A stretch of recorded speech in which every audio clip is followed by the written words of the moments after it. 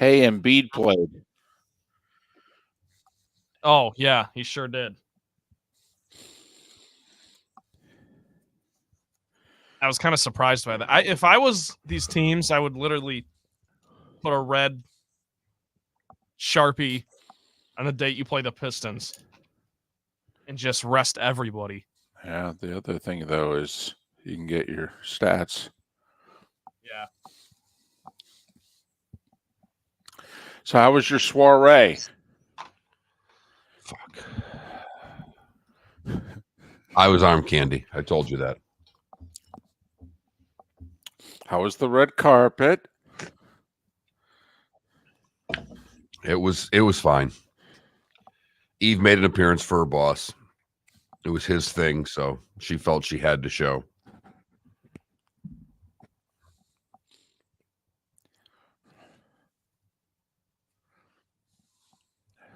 Is Christmas over yet? That's all I want to know. Oh, my goodness. 3 Christmas parties in 4 days, for Christ's sake. I catch the irony of what I just said, everyone. Don't. I love people. Paul, KW, Baby Jules. I love Broadway.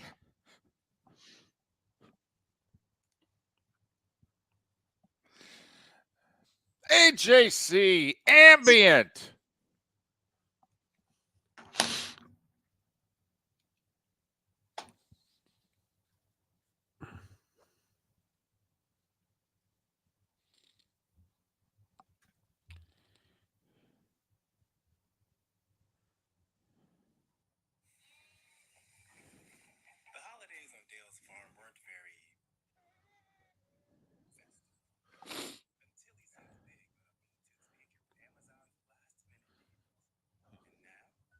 The older you get, the less you like Christmas. There's something to that.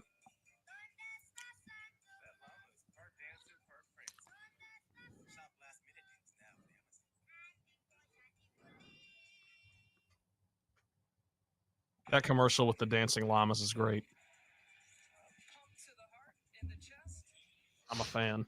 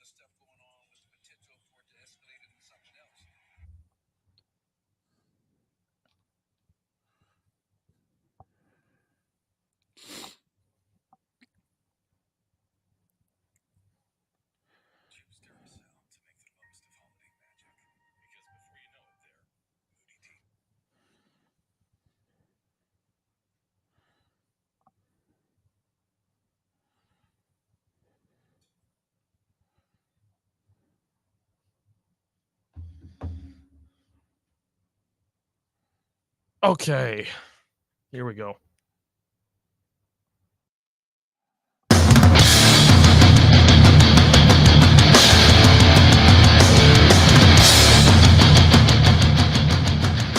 You are listening to Miller and Moulton, exclusively on the Florida Sports Network. And now, here's Mark Miller and David Moulton. Top of the morning to you. We got over the hump yesterday. We can see the bright lights of the finish line today. How the heck are you? Miller and Moulton, the Florida Sports Network, Florida Sports Network.com. Hope your week is going well. Thanks for being with us once again. Top of the morning to you, Mark, Mr. Social Butterfly. 3 Christmas parties in 4 days, David. Ah, Is Christmas over yet? you were so gung-ho a week ago today. You were fired up for yours.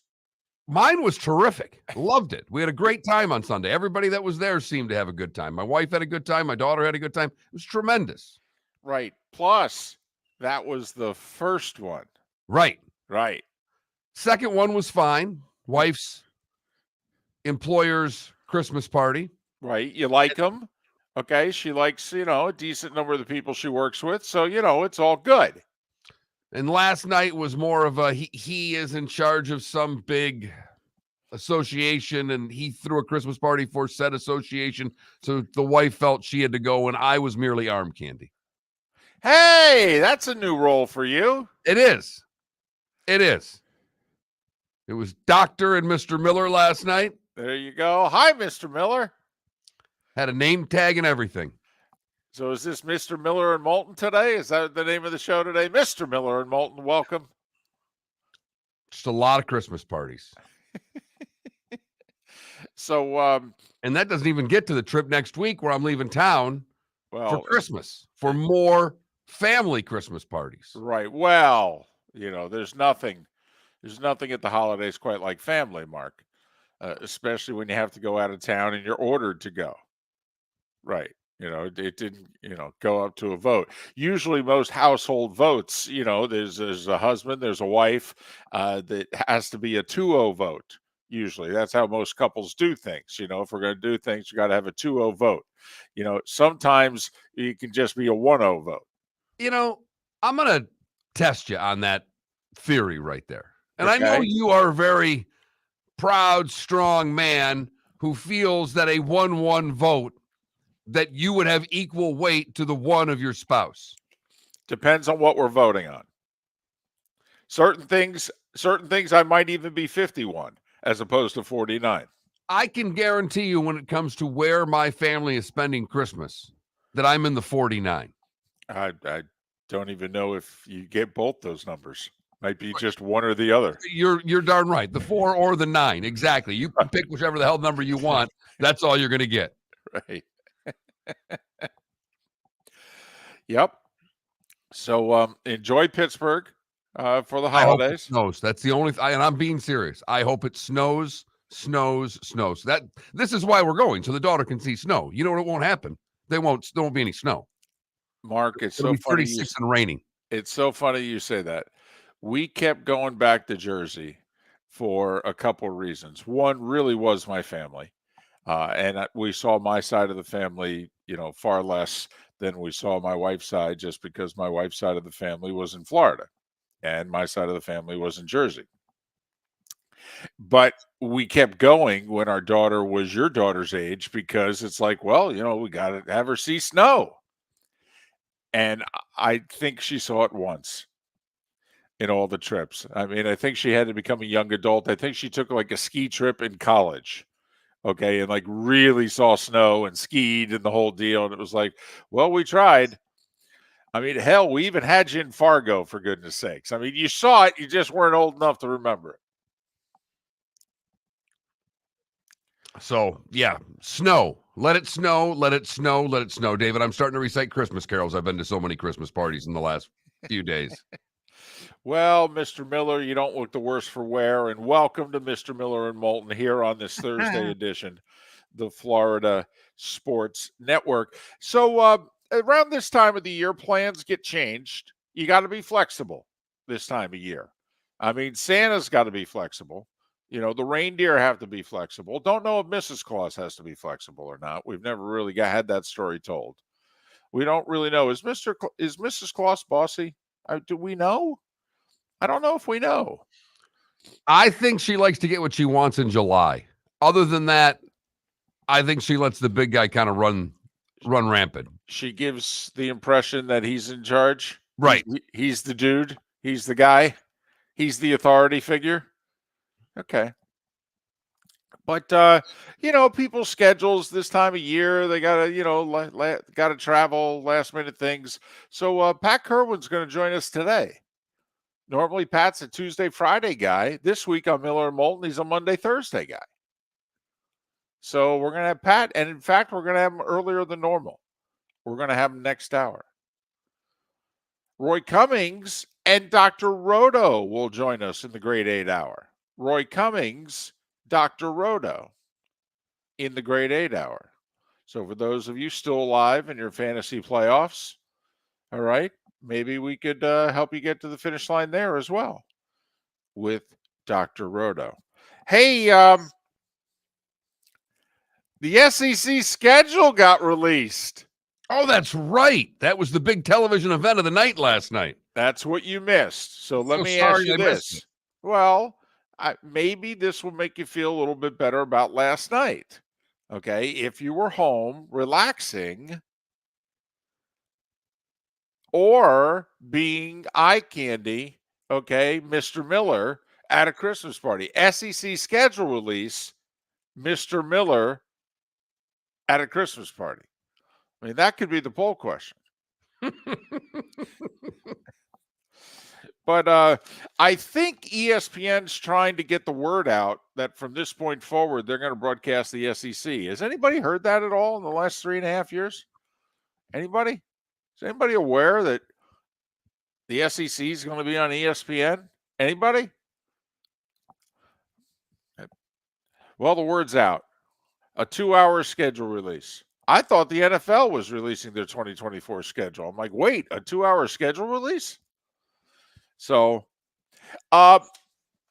Mark, you know how we knew who the 11 Power 5 teams that Florida was playing?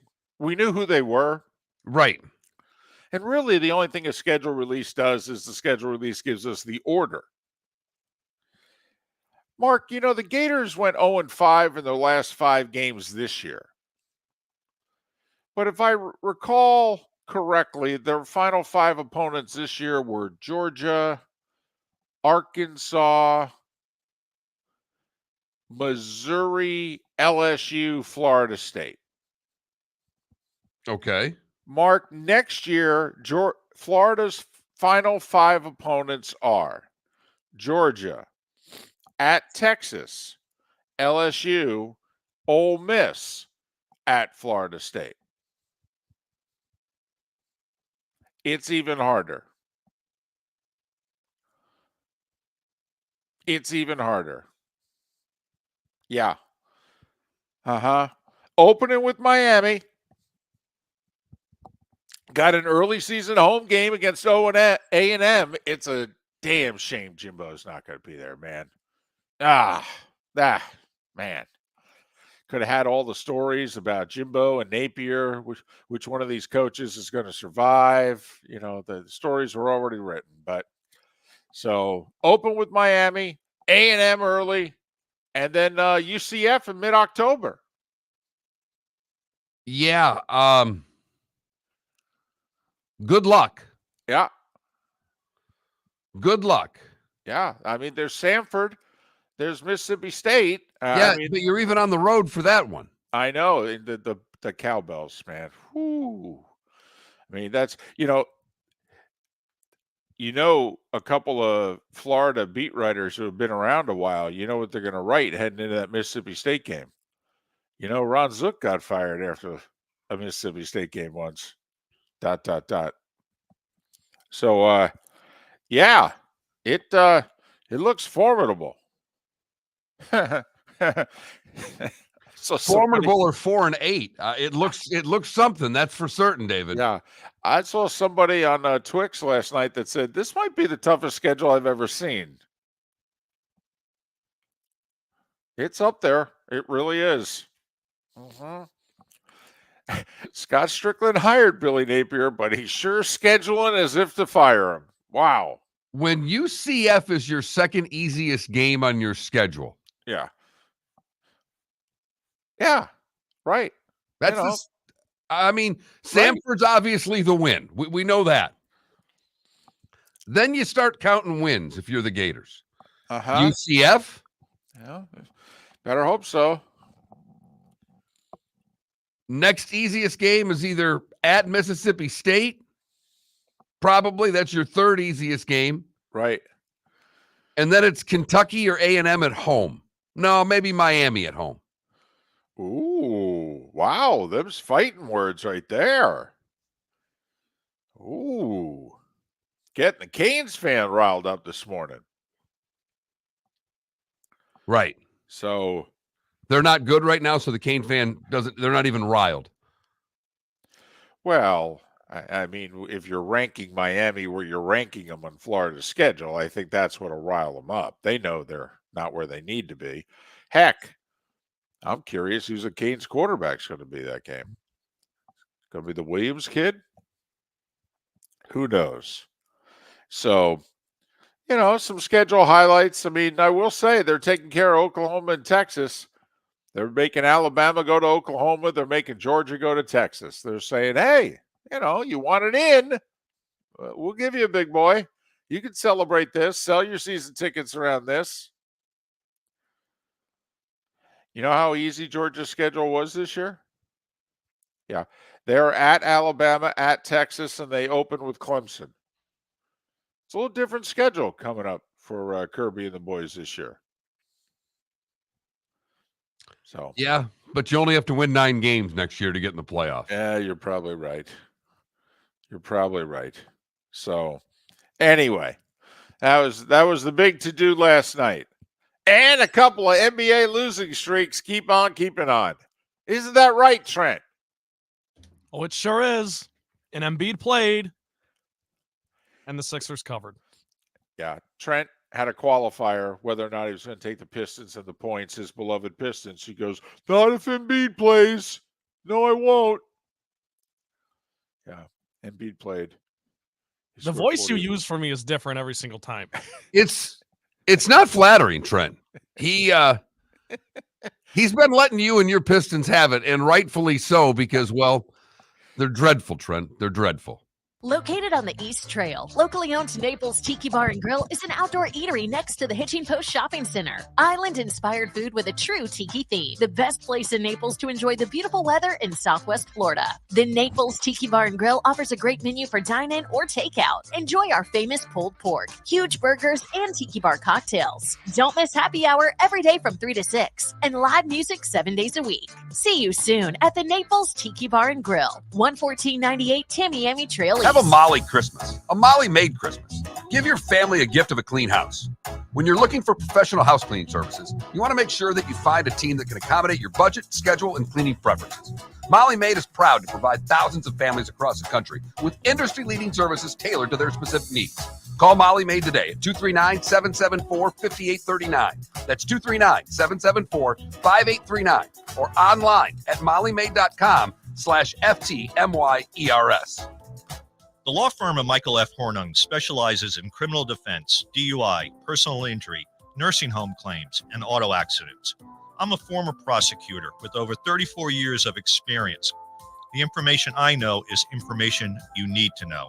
If you've been arrested for a DUI, time is of the essence to maintain your driving privileges. Call the law firm of Michael F. Hornung for a free consultation. At the law firm of Michael F. Hornung, we are committed to excellence in your representation.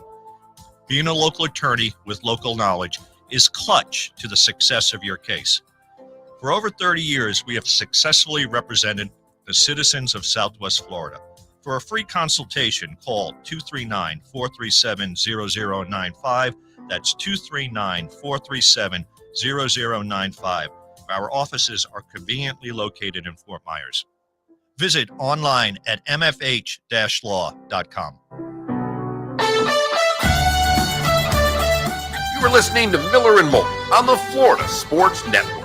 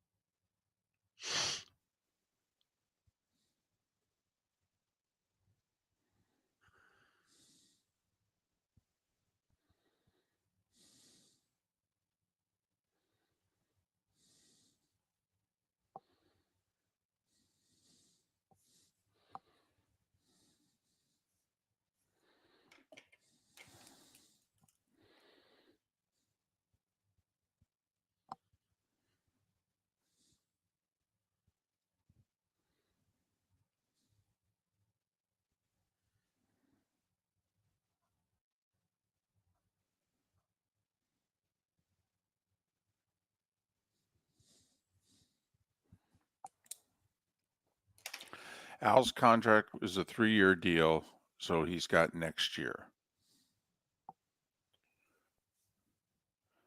Al Michaels is on the call tonight. I don't know if Al will combine NBC with Prime in terms of, I don't know if he'll bring what happened to him this week onto the telecast. He may, in the final game of the year, say, well, Kirk, this is it for me. I thought I had one more.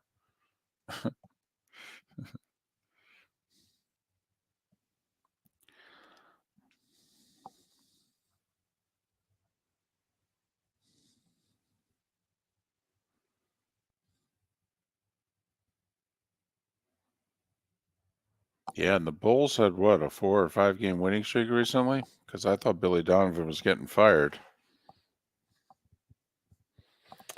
They're going to blow that team up too between now and the deadline.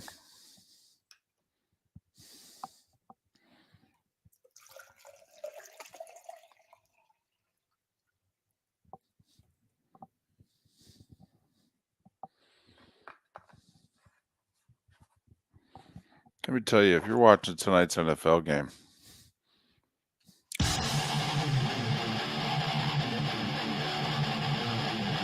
You're listening to Miller and Moulton, exclusively on the Florida Sports Network. 21 minutes past the hour. Thanks so much for being with us.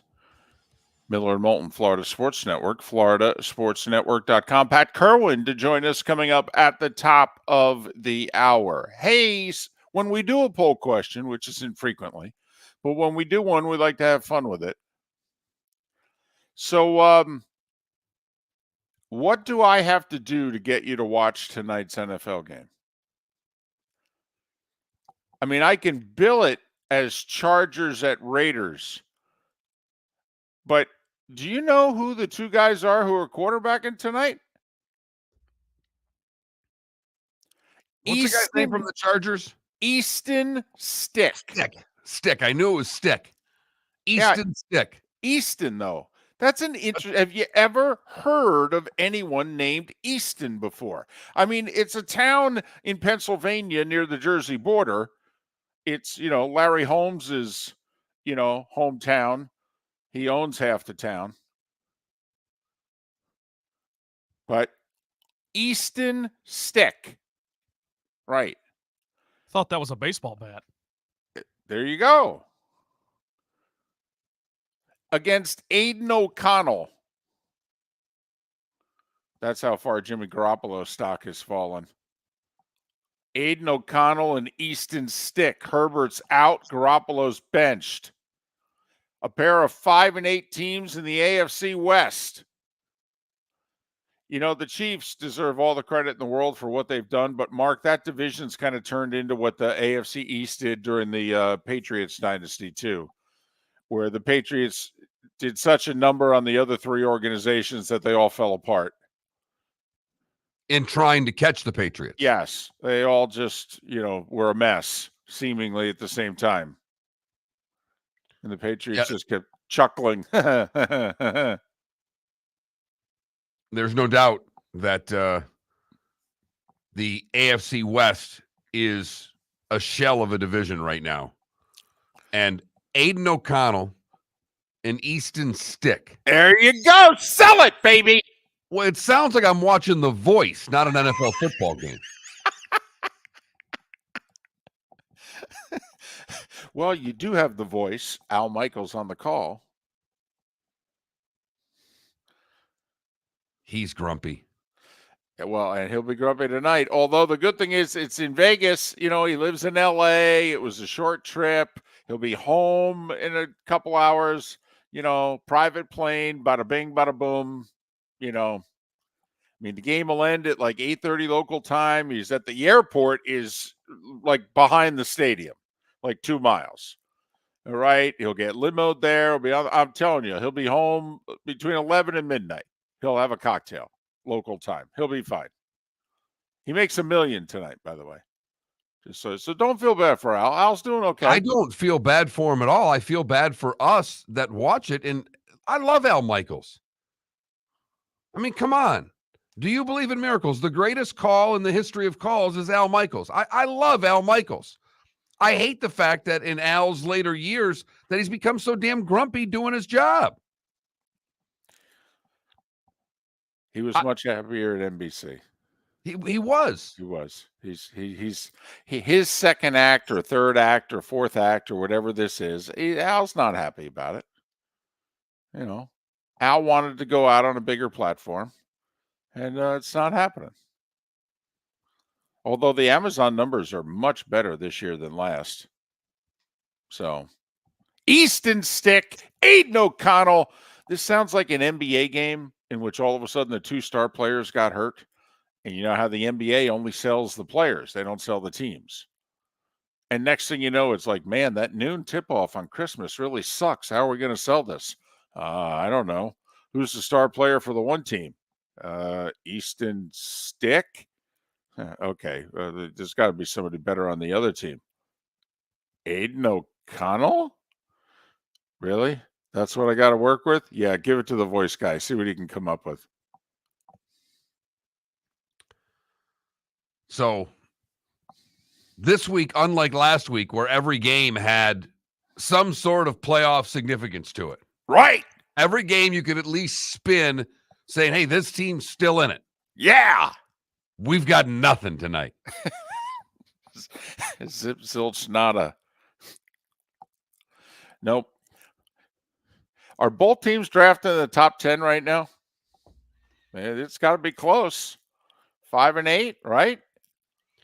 5 and 8 get you into the top 10. I mean, it seems like the whole league's got 6 or 7 wins. Yep, they're same records. Vegas technically is picking 6th right now. The Chargers are picking 10th.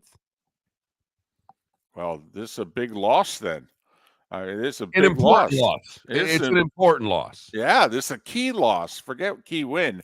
This is a key loss right here. We can't win this game if we want to draft in the top 10. This will really hurt our chances. And if we lose, hell, we could draft in the top 5. Come on, boys.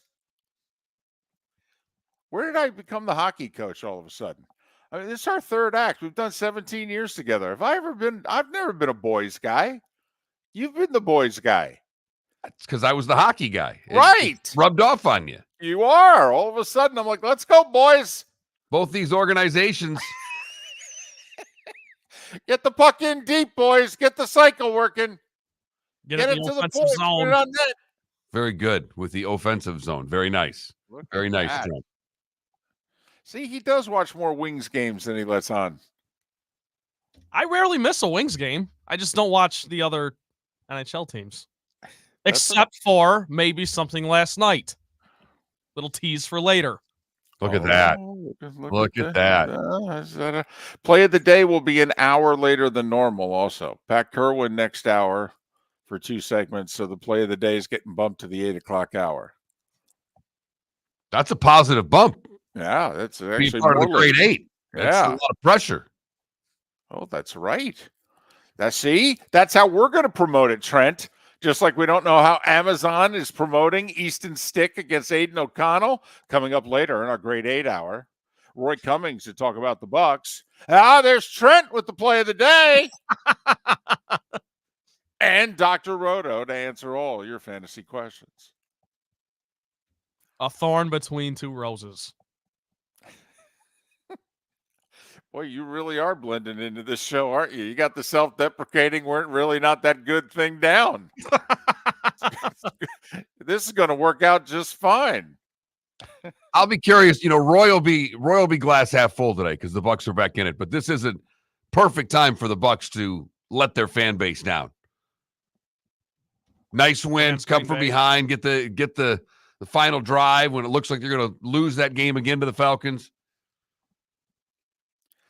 Just think about how crazy the NFL is. Remember when Tampa lost 6 of 7? Do you know who their only win was during that 7-game stretch? Yeah, they whooped up on the Tennessee Titans at home. Who'd the Dolphins just lose to? The Tennessee Titans at home.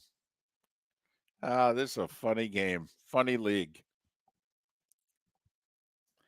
But once again, we've seen all the games, right, Kirk Herbstreit? I know who's better than the other team. Right, Kirk? Reminder that game day will be in Dublin for Florida State's season opener. Such a bad idea. Golly. I'll tell you what. Game day in Dublin for a Florida State game or Dukakis on the tank? Which is a worse idea? Look it up. Dating yourself with that one. Look it up if you don't know. 88 presidential campaign. Dukakis is up by double digits. He put on a helmet, got in a tank. I said, I'm going to be commander in chief. Yeah. Bush won by 6.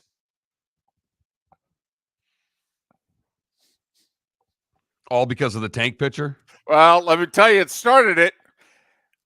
It's kind of like that key turnover. You know, you're cruising along, you got that 2-score lead, you're going in for the put away, and all of a sudden, fumble! Unless, of course, it's the Titans fumbling in their own end and the Dolphins scoring and taking a big lead. And, well, we all know what happened there. Then they got on the tank. Miller and Moulton. The starting 5 is next. The law firm of Michael F. Hornung specializes in criminal defense, DUI, personal injury, nursing home claims, and auto accidents. I'm a former prosecutor with over 34 years of experience. The information I know is information you need to know. If you've been arrested for a DUI, time is of the essence to maintain your driving privileges. Call the law firm of Michael F. Hornung for a free consultation. At the law firm of Michael F. Hornung, we are committed to excellence in your representation. Being a local attorney with local knowledge is clutch to the success of your case. For over 30 years, we have successfully represented the citizens of Southwest Florida. For a free consultation, call 239-437-0095. That's 239-437-0095. Our offices are conveniently located in Fort Myers. Visit online at mfh-law.com. Have a Molly Christmas, a Molly-made Christmas. Give your family a gift of a clean house. When you're looking for professional house cleaning services, you want to make sure that you find a team that can accommodate your budget, schedule, and cleaning preferences. Molly Maid is proud to provide thousands of families across the country with industry-leading services tailored to their specific needs. Call Molly Maid today at 239-774-5839. That's 239-774-5839 or online at mollymaid.com/FTMYERS. Hello, friends and family of Southwest Florida. Are you looking to tap into the electric vehicle market? Well, look no further because we here at Southwest Florida Golf Carts have just what you need. E-bikes, golf carts, LSVs, scooters, and more. Come down and talk with one of our experienced sales reps, have a soda and a smile, and you could be cruising the streets in your new EV today. Stop by the store or visit our website at flgolfcarts.com and enter for a chance to win $100 off your next purchase by answering John's monthly sports question. You are listening to Miller and Moulton on the Florida Sports Network.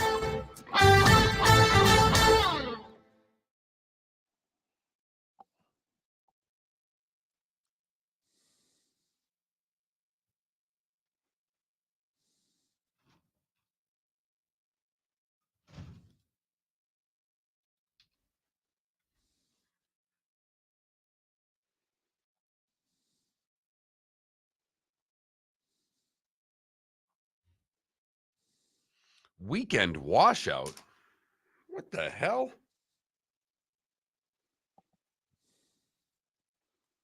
Oh, yeah. There's a storm coming that was between like Denver and Dallas last night. And oh, yeah, it's going to hit East Texas hard on Friday. It's going to reach us late Saturday, Sunday. I think it's going to hit Southwest Florida before it hits Northeast Florida because of how it's angled. It's actually going to be pretty severe at times.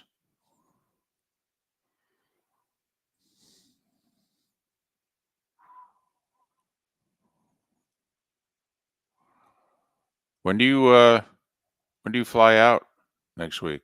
Thursday. So you doing a show on the 22nd? Yeah. Okay.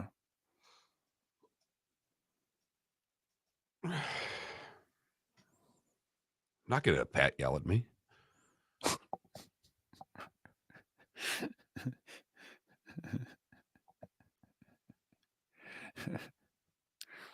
Oh, I won't yell at you. I mean, I understand that you won't yell at me, but I'm not taking the wrath of Pat. Went and bought a new microphone just for the trip. our fearless leader called me yesterday. Really? Just, I'm a jerk. I really am. I just, I would have gotten so much further in life. I just can't help myself.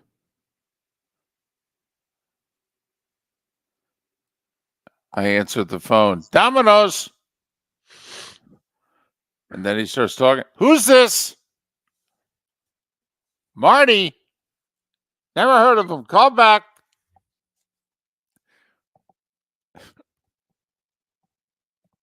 Golly.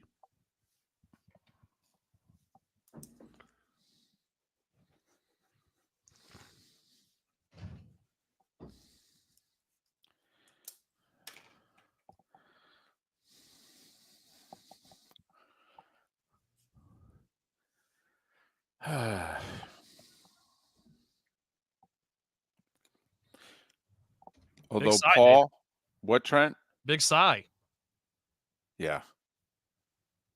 I've been trying to take a lot of deep breaths lately. Should have done it before you answered the phone. Yep. Hello, Domino's.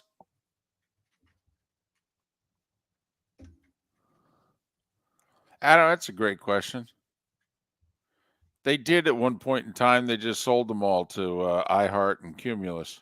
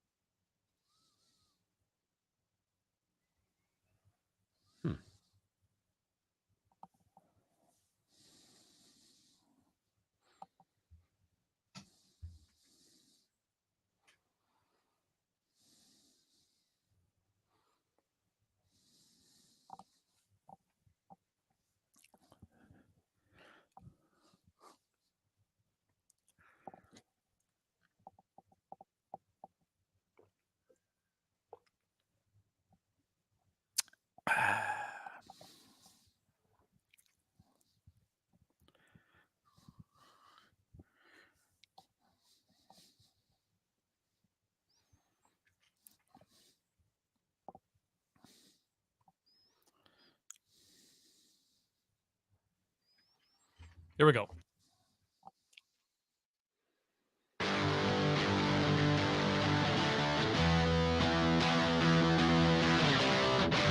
You're listening to Miller and Moulton, only on the Florida Sports Network. 22 minutes before the top of the hour, and Pat Kirwan is going to join us not just a day early, but then an hour earlier than he normally does. So Pat Kirwan at the top of the hour here on Miller and Moulton. Roy Cummings, Trent with the play of the day, and Dr. Roto in our grade 8 hour. Get ready for that. Right now it is time for The Starting Five. 5 stories you need to know. It's the Starting Five on Miller and Moulton. Here's number 1. we got a hot one tonight. We got a humdinger. No Justin Herbert. No Keenan Allen. Chargers have lost 4 of 5. Raiders have lost 3 in a row. Easton Stick against Aiden O'Connell. The Raiders, 3-point favorites against the Chargers. Over under a 34.5.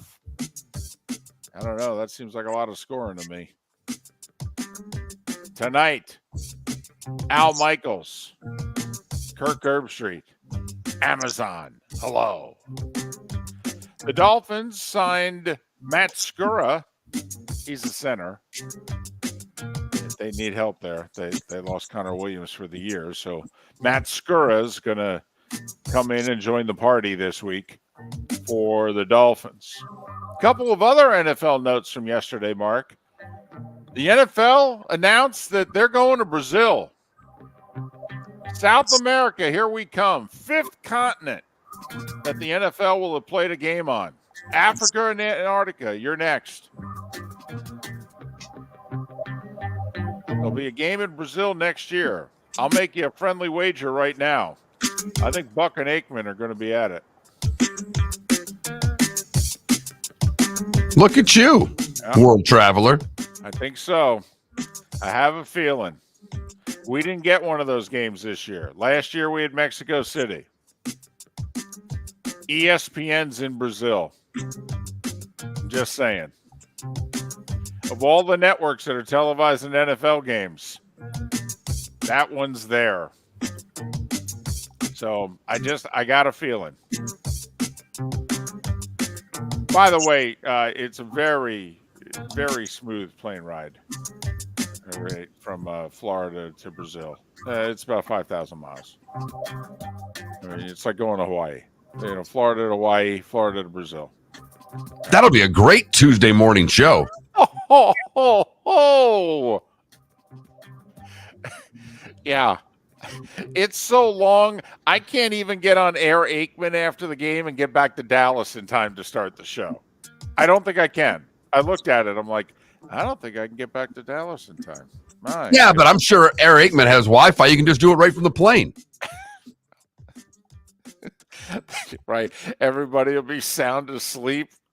How the heck are you bellowing from one part of the plane?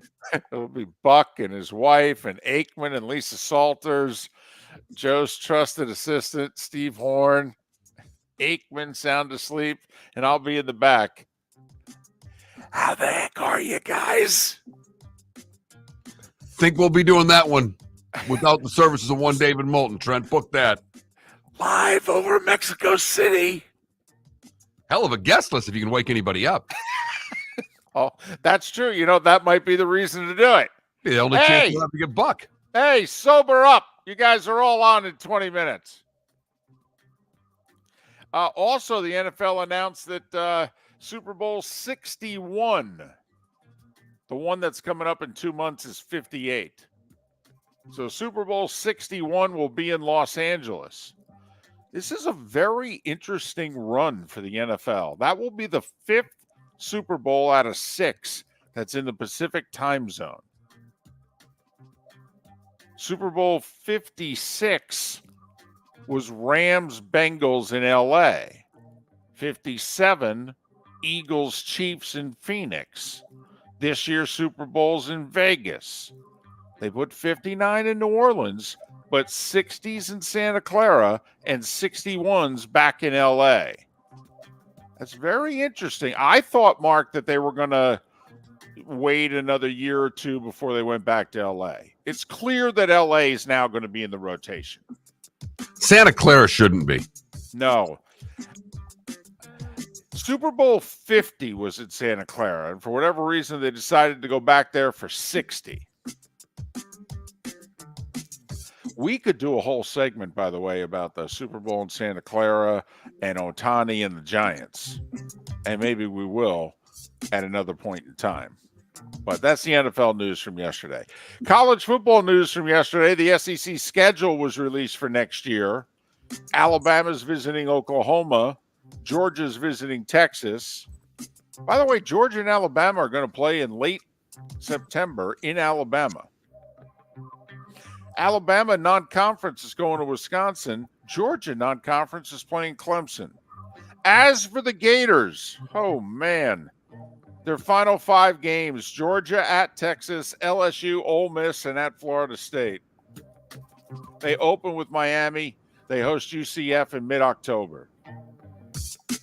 It is not going to be easy for Billy Napier. It is the toughest college football schedule I've ever seen.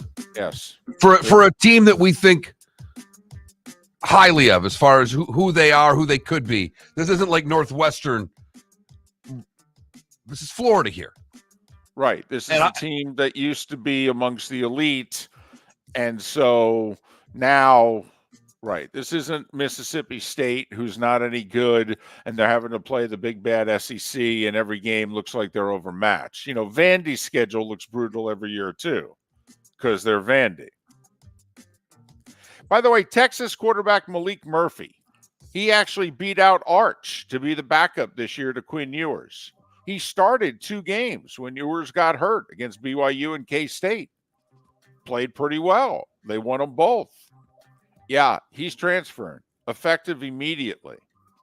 He said that was the toughest decision because basically we have to make our decision about an hour and a half after the playoffs end. And so that wouldn't give me a lot of time to visit schools. And he said that the tough part was walking away now. So instead of being the backup quarterback heading into the 2 playoff games, Arch is now the backup quarterback to Quinn Ewers. Rutgers extended Greg Schiano through the rest of the decade in 2030, and they gave him a $2+ million raise. He went from $4.25 to $6.5 million. Why? Where was he going? Right. Where was he? Seriously, where was he going? That's what I would say to him. Yeah, I'll add years to your contract, you know. But I mean, what, you went 6-6 this year? I'm going to give you a 50% raise. By the way, we're losing tens of millions of dollars a year as an athletic department. Major League Baseball, another day, Mark, another little tidbit about Ohtani's contract. Turns out, remember, it was a 10-year no opt-out deal. Not so. Apparently, Ohtani can opt out if one of 2 things happen. A, the current people who own the Dodgers no longer own the Dodgers. He can say, oh, well, then I'm out of here. And B, if Andrew Friedman is no longer the grand poobah of the Dodgers. That one is far more interesting. Yeah. Because I actually, the ownership is a nice clause if you're a player. Hey, I signed with this group of owners. If they were to leave, then that means I may not trust the franchise as much and I have the ability to leave. Okay, I get that. Right. But the GM? I know. Plus, it's a 10-year contract. Right. He's already been there a while. I mean, 10 more years. I know he's a young guy and all, but what if he just gets tired, bored? What if the wife wants to change the scenery? The Heat, they were up 21 going to the 4th. They had to cover 8.5. They nearly blew it, but they held on 115-104 over Charlotte. Duncan Robinson with 23. The Heat are 14-10 on the year.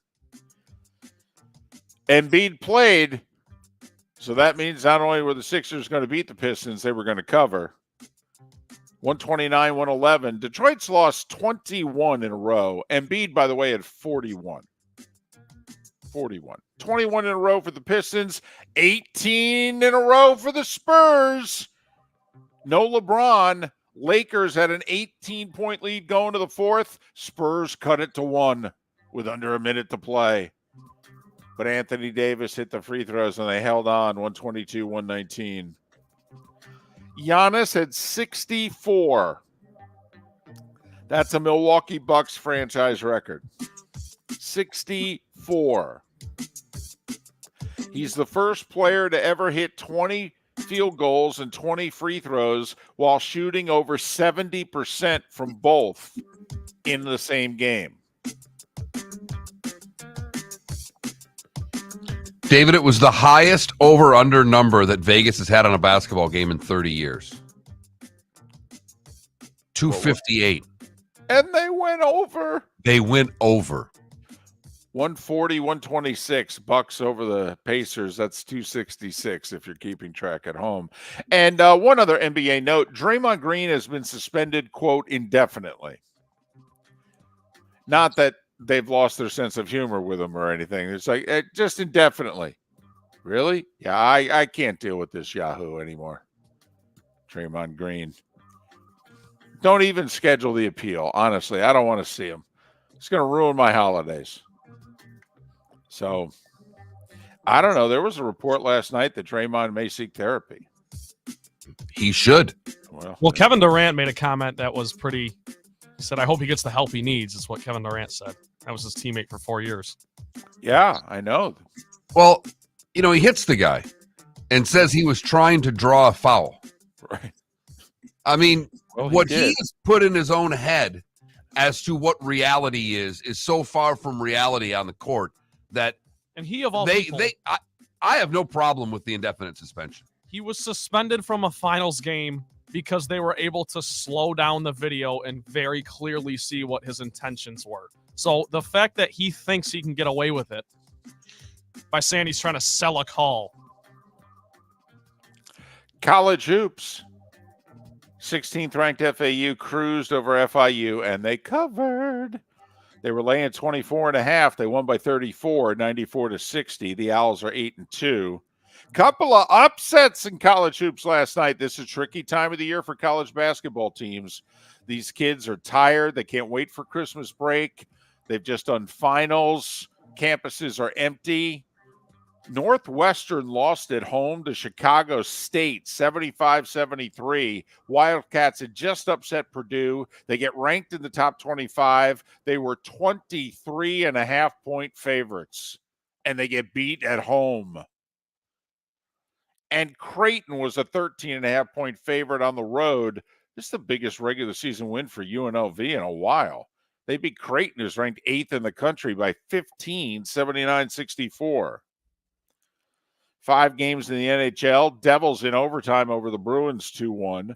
Crosby with 2 goals. He's still pretty good. 4-3 over Montreal in a shootout. Islanders get a shorty with 90 seconds to go to beat Anaheim 4-3. Colorado 5-1 over Buffalo. Winnipeg 5-2 over the Kings. And pay attention to a court ruling yesterday. A federal judge is stopping the NCAA. Remember, they were coming out with the new transfer policy where basically you're not going to let you transfer a second time without sitting out a year. So there are a lot of kids who are transferring for a second time, and a lot of elite programs who stayed away from these kids because they're like, well, why am I going to recruit him? He can't play next year. Yeah, a federal judge yesterday issued a 14-day stay allowing kids to not only transfer but play immediately, even if it's the second time. Pay attention to that one. And at 8 minutes before the hour, that was the Starting Five every weekday morning at this time on Miller and Moulton.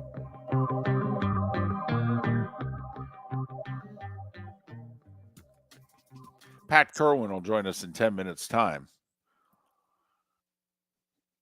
So that's worth paying attention to. That'll be interesting. Here's the NCAA actually trying to, okay, we're going to set some rules in place. You got the new president, Mark. He's sticking his chest out. He's like, we're going to be making some decisions here. Okay, we're going to bring some law and order to this whole transfer situation. Some kid gets a lawyer, goes to court, and a judge goes, I don't think so. So wild free agency. Right. See who the first college player is to play for 3 teams in 3 years in college. Now, if you get a grad transfer, does that mean you can play for a 4th? Well, we still got COVID years. I mean, it's fun out there. And by fun, you mean an absolute mess. Yeah, I mean, we got 24-year-old quarterbacks. I don't even know if Zach Wilson's 24 years old yet for the Jets. Pat Kirwan is next. Hello, friends and family of Southwest Florida. Are you looking to tap into the electric vehicle market? Well, look no further because we here at Southwest Florida Golf Carts have just what you need. E-bikes, golf carts, LSVs, scooters, and more. Come down and talk with one of our experienced sales reps, have a soda and a smile, and you could be cruising the streets in your new EV today. Stop by the store or visit our website at flgolfcarts.com and enter for a chance to win $100 off your next purchase by answering John's monthly sports question.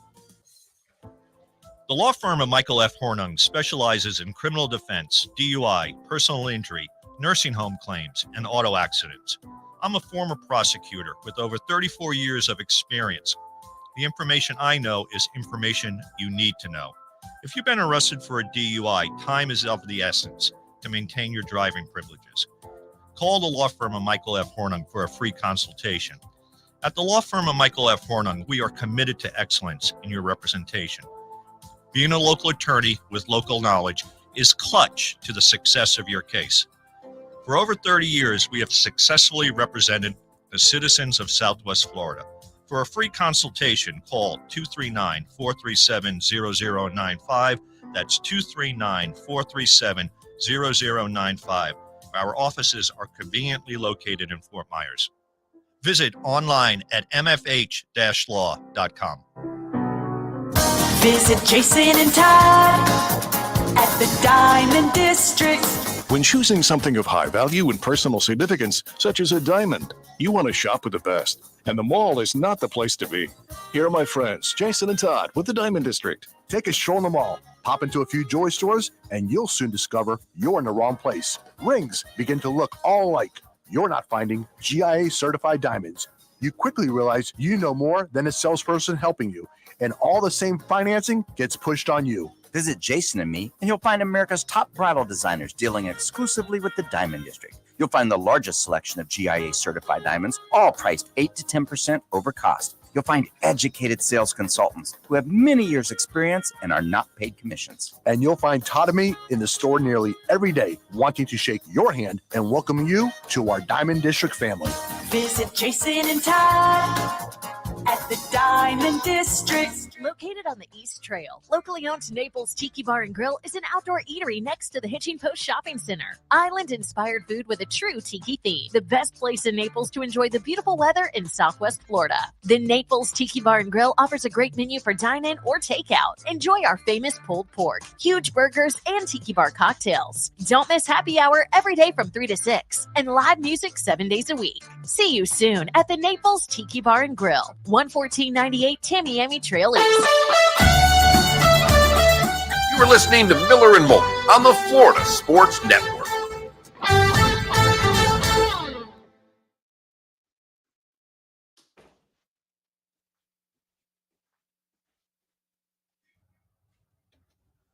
Yes, ambient. We have. It's not Coach Prime. It's It's not. the producer of. It's the director of the Coach Prime series. Yeah, unfortunately, we don't. Micah have, Brown is his name. we don't have Dion. That'd be something, though.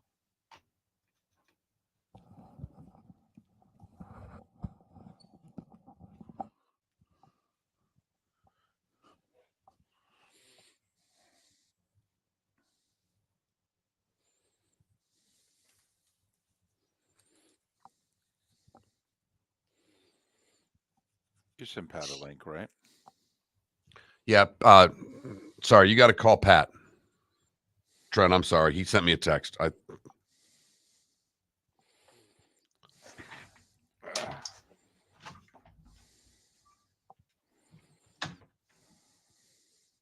you have his number?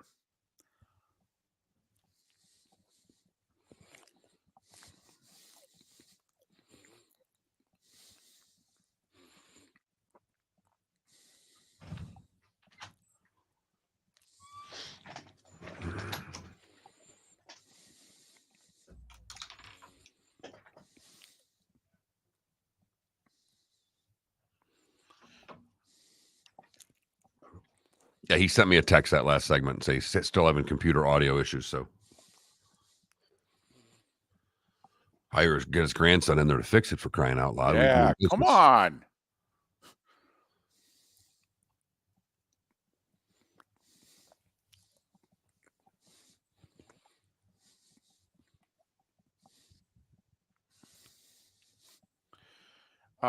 It compared.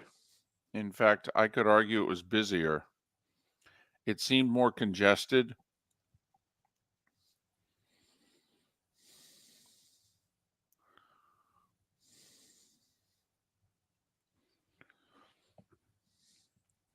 Pat's on the line. I was fascinated by their version of Central Park. It's massive. I find it very interesting. Wish I could have spent more time.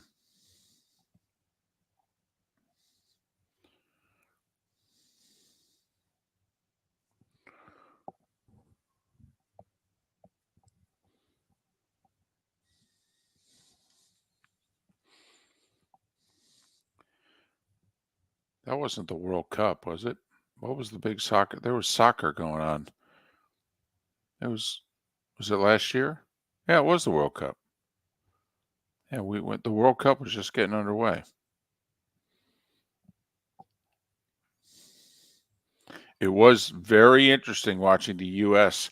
play a World Cup match in amongst the folks in Mexico City and to see who they were rooting for and their reaction.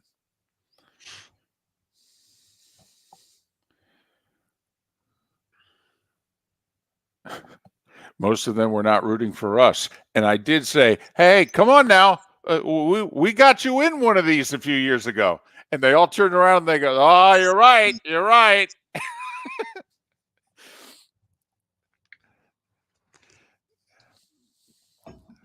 So the little group we were with, we actually ended up having a good time watching it. They still weren't rooting for us, but here we go.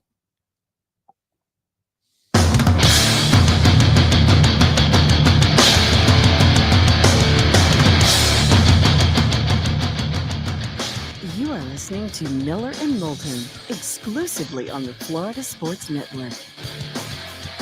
And now here's Mark Miller and David Moulton. Hour 2 of Miller and Moulton on this Thursday, as we're over the hump and we're heading to the finish line, heading to the big holiday. Miller and Moulton, the Florida Sports Network, floridasportsnetwork.com. Pat Kirwan joins us today, and you're like, wait, hold on a second. Today's not Friday. No, this time of year schedules, it's, it's Thursday. Pat Kirwan, and he joins us. Courtesy of Pinchers, Tampa to Key West, all points in between. Pinchers, because you can't fake fresh. How you doing, Pat? Good morning, fellas. Thank you very much for letting me come on today instead of tomorrow. This Saturday's schedule of games has changed everything for me. And so in a lot of ways, this is Friday for me, 2 days away from the game. So I've got to I got to go back to New York for a crazy meeting. So I appreciate being here. There's tons of things to talk about for sure, besides even the games. Kind of sorting out a lot of things like the MVP race as I see it. And because I'm a voter and I don't mind talking about it. They always tell us, don't tell us who you vote for. I can tell you who I'm thinking about voting for.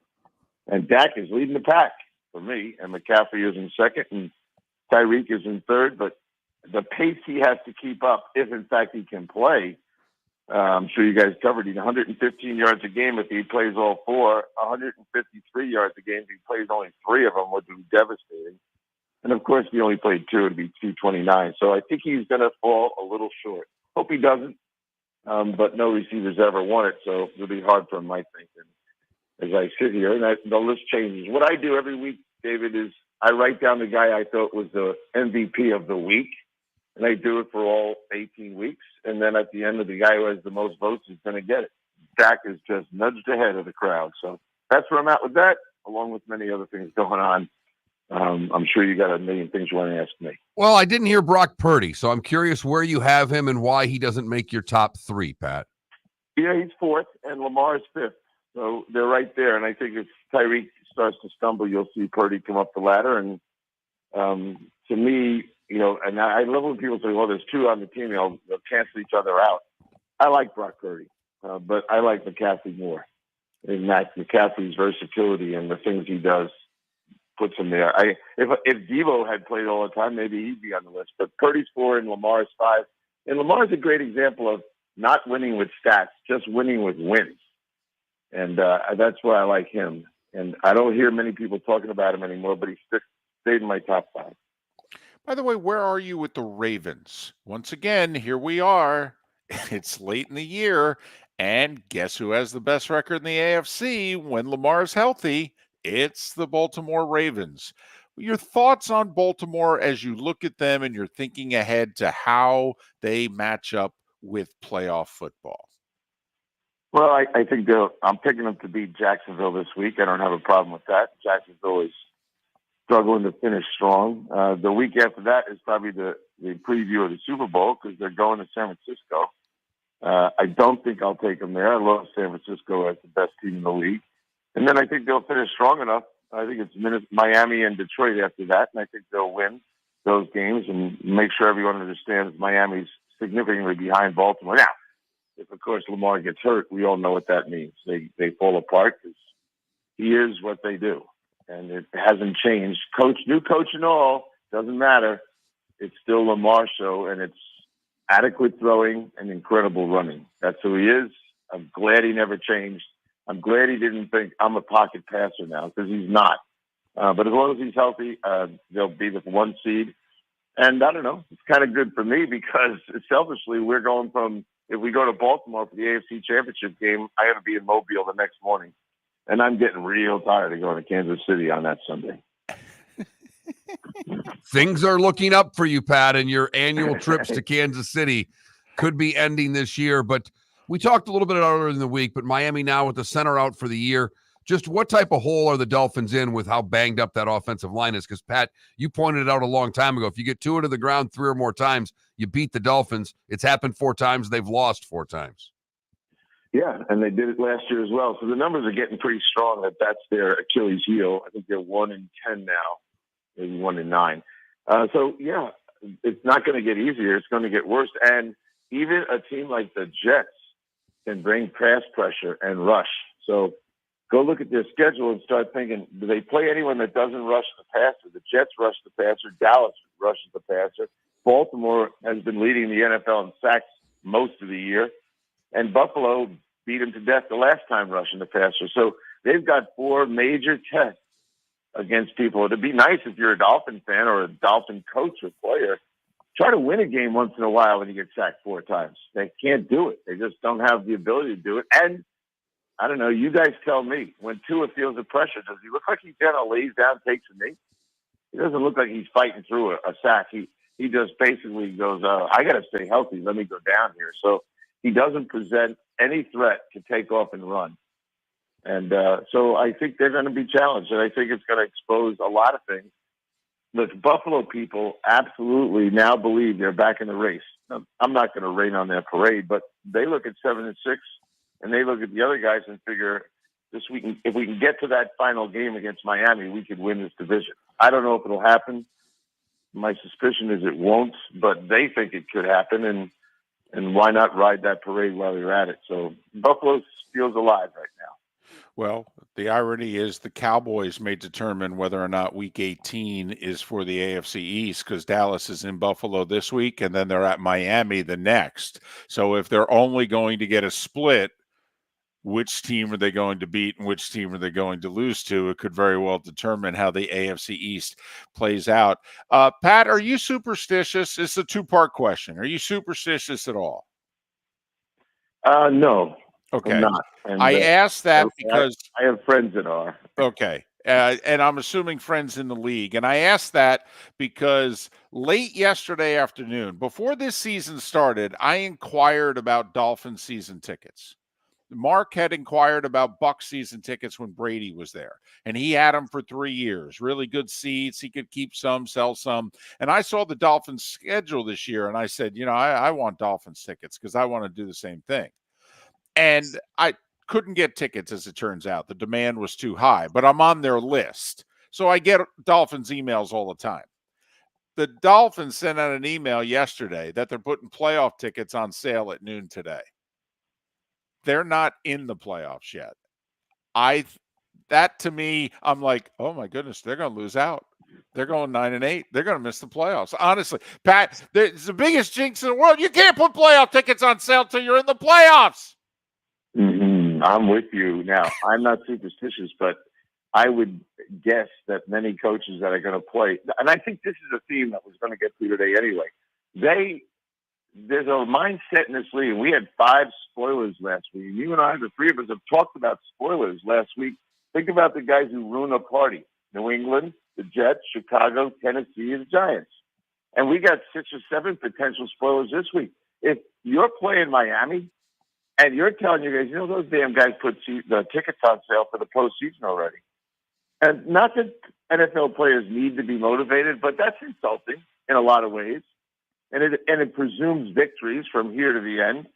And so if you're one of those teams, I think you're going to find yourself a hair angrier than you were a minute ago when the coach tells you that is right before you go out the locker room door. So I don't know why people do it. They think they have to. We're an automated society. You can get the tickets on sale and sell them out. Didn't we sell out the game in Germany in under a minute and a half or something? I think we could sell out the postseason. As soon as you clinch, you can do it. That's reasonable. But if you have it, I would be careful about doing that stuff.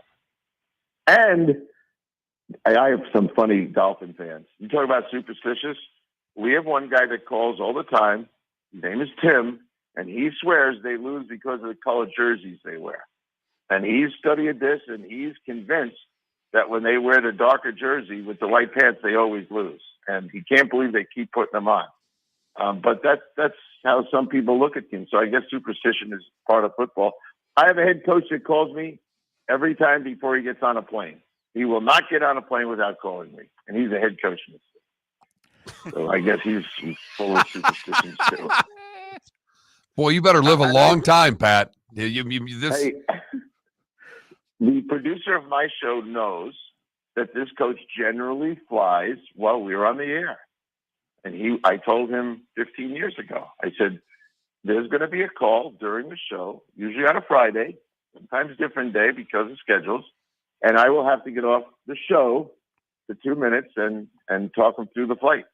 So that's the way that goes. If you want to know about something weird with superstitions. Can you still fix a team at this point? Like the Eagles look like I don't want to say they're broken, but the Eagles aren't the same. Is there still time to fix and tweak a team that's not going right? Yeah, there is time. I mean, but your point on Philly is interesting because the things that are going wrong there, look, the line's still very good. The quarterback, people speculate that he might be injured. To me, the answer to your question lies on the defense. And I don't know at this point, when I see teams signing guys like Jared Beldier, who hasn't played since I think David would know, 2020, David. So we're down to that, and they can't get Sue to come and join them and clog up the middle of that defense, or at least push a pass rush to help the secondary. I don't know that they can fix that part of it. So when you look at them and say, well, who's going to throw the ball? I guarantee Seattle's throwing the ball this week. Giants, maybe not so much. Arizona, not so much. Giants, not so. They got one game where they could be once again exposed at their inability to stop the forward pass. Do you think they'll hold on to win the East?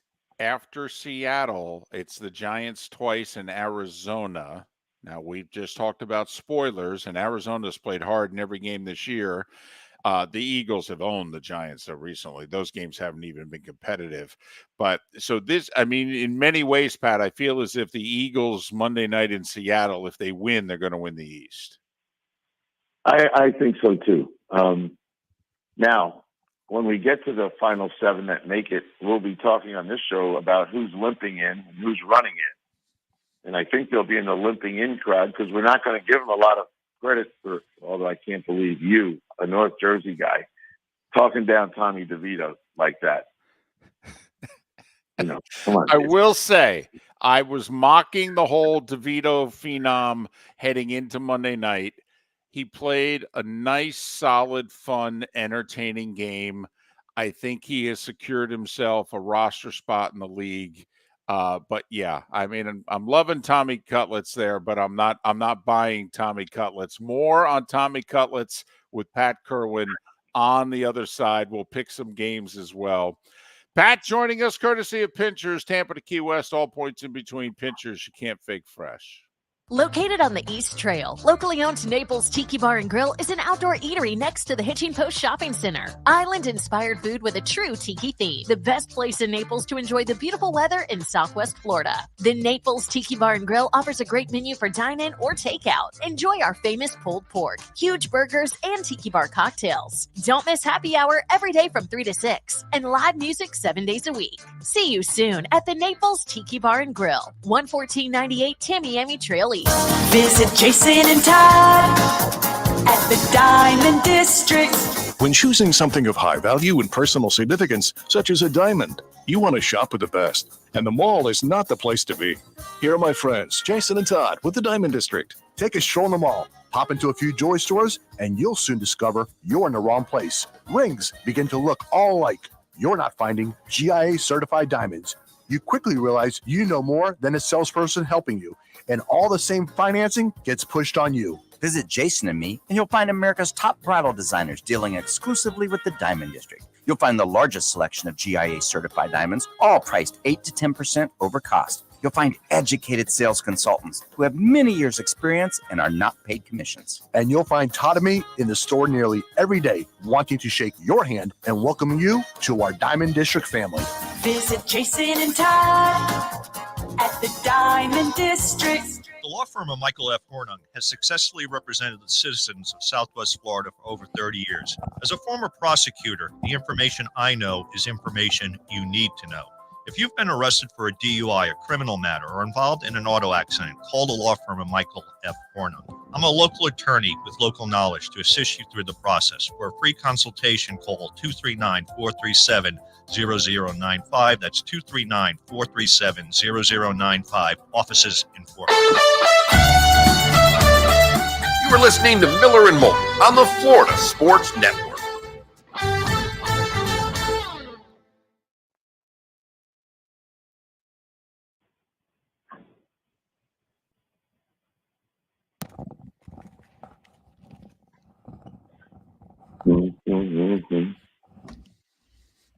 So are you back in New York already?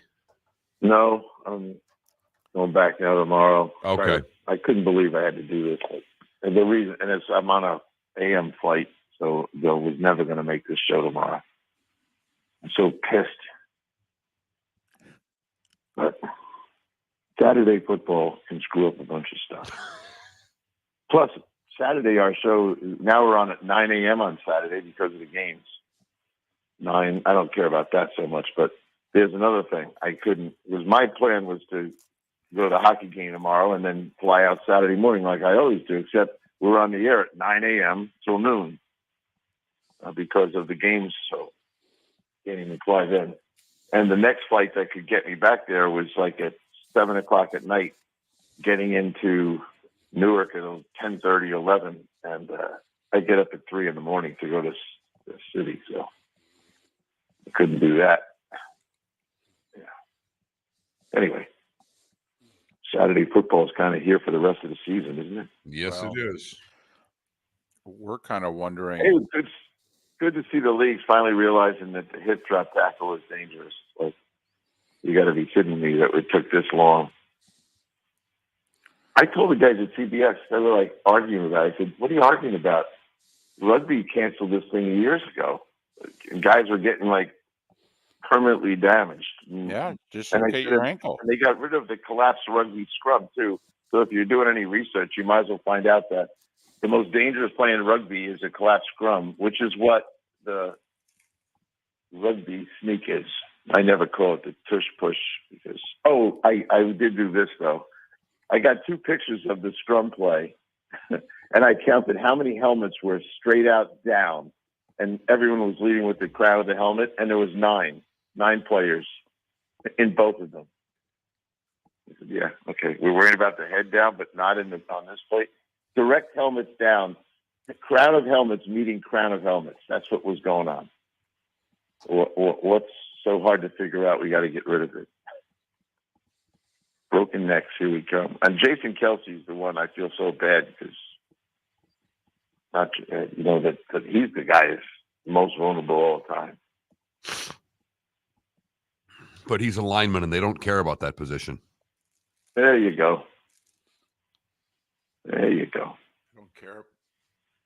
They don't care about player safety, period. It's all a con for lawsuits. And the whole thing with TJ Watt, too, David. Like, first off, they're all making, what verifies to them that was cheating was that he put on his dark shield. Well, first off, and I know you know this, you have to get league permission to wear a shield, dark or light. He got league permission. He was wearing a dark shield 2 weeks ago. So he just went back in his locker and put it back on. Oh, he put on a shield. No, you can't do that unless you got league permission beforehand, which he had. So, and a lot of guys, They don't like wearing them in certain stadiums or at night. It's not. They don't like it as much. But he went and put his on, so now they think they've got him. Unbelievable. Do you think certain guys don't want to play the end of the season here, like maybe at the Chargers or Raiders? Who wants to play in a Thursday night game when you know your coaches, both places, are getting fired? There's going to be new people evaluated. Do you want to be walking around with an ACL between now and then? No. We're going to have stomach aches and everything else to keep guys off the field. I was supposed to have Keenan Allen going tonight for me, but yeah, well, he's been great for me all year too. I don't blame him for holding out. Well, it's wild. I think I might take the Raiders though, just because I think Max Crosby will beat up Stick. Crosby on Stick. I also think they're playing for Antonio Pierce. They're not very good, but I do think they're playing for him. Yeah, and I also think Coach was told, you really don't put Garoppolo in. We don't want to be viable, responsible for that money. Yeah, clearly they're moving on. Yeah, here we go. They don't want to be.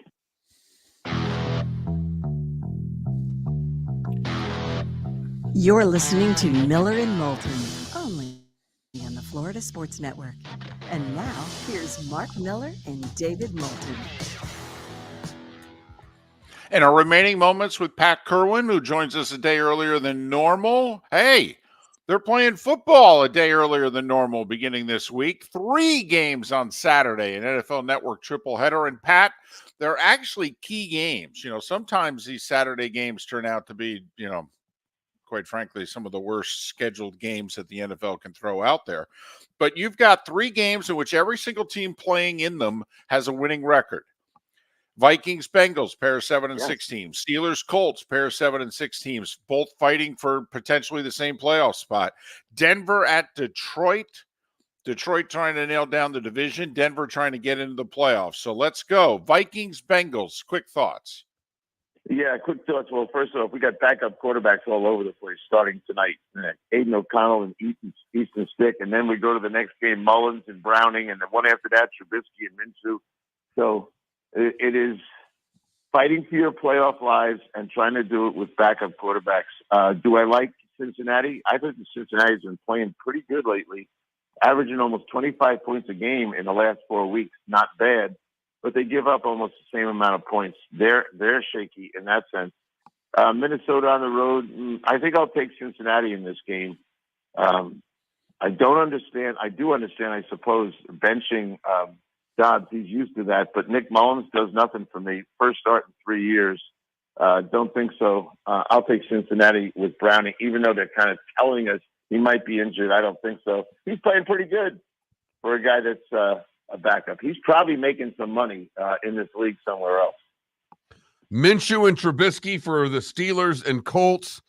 And, Trubisky's done nothing so far for the Steelers. Minshew's had moments. How do you see this one, Pat? Yeah, Pittsburgh's 1-3 in their last 4 games, and this is sad. Averaging 13.5 points a game, not good.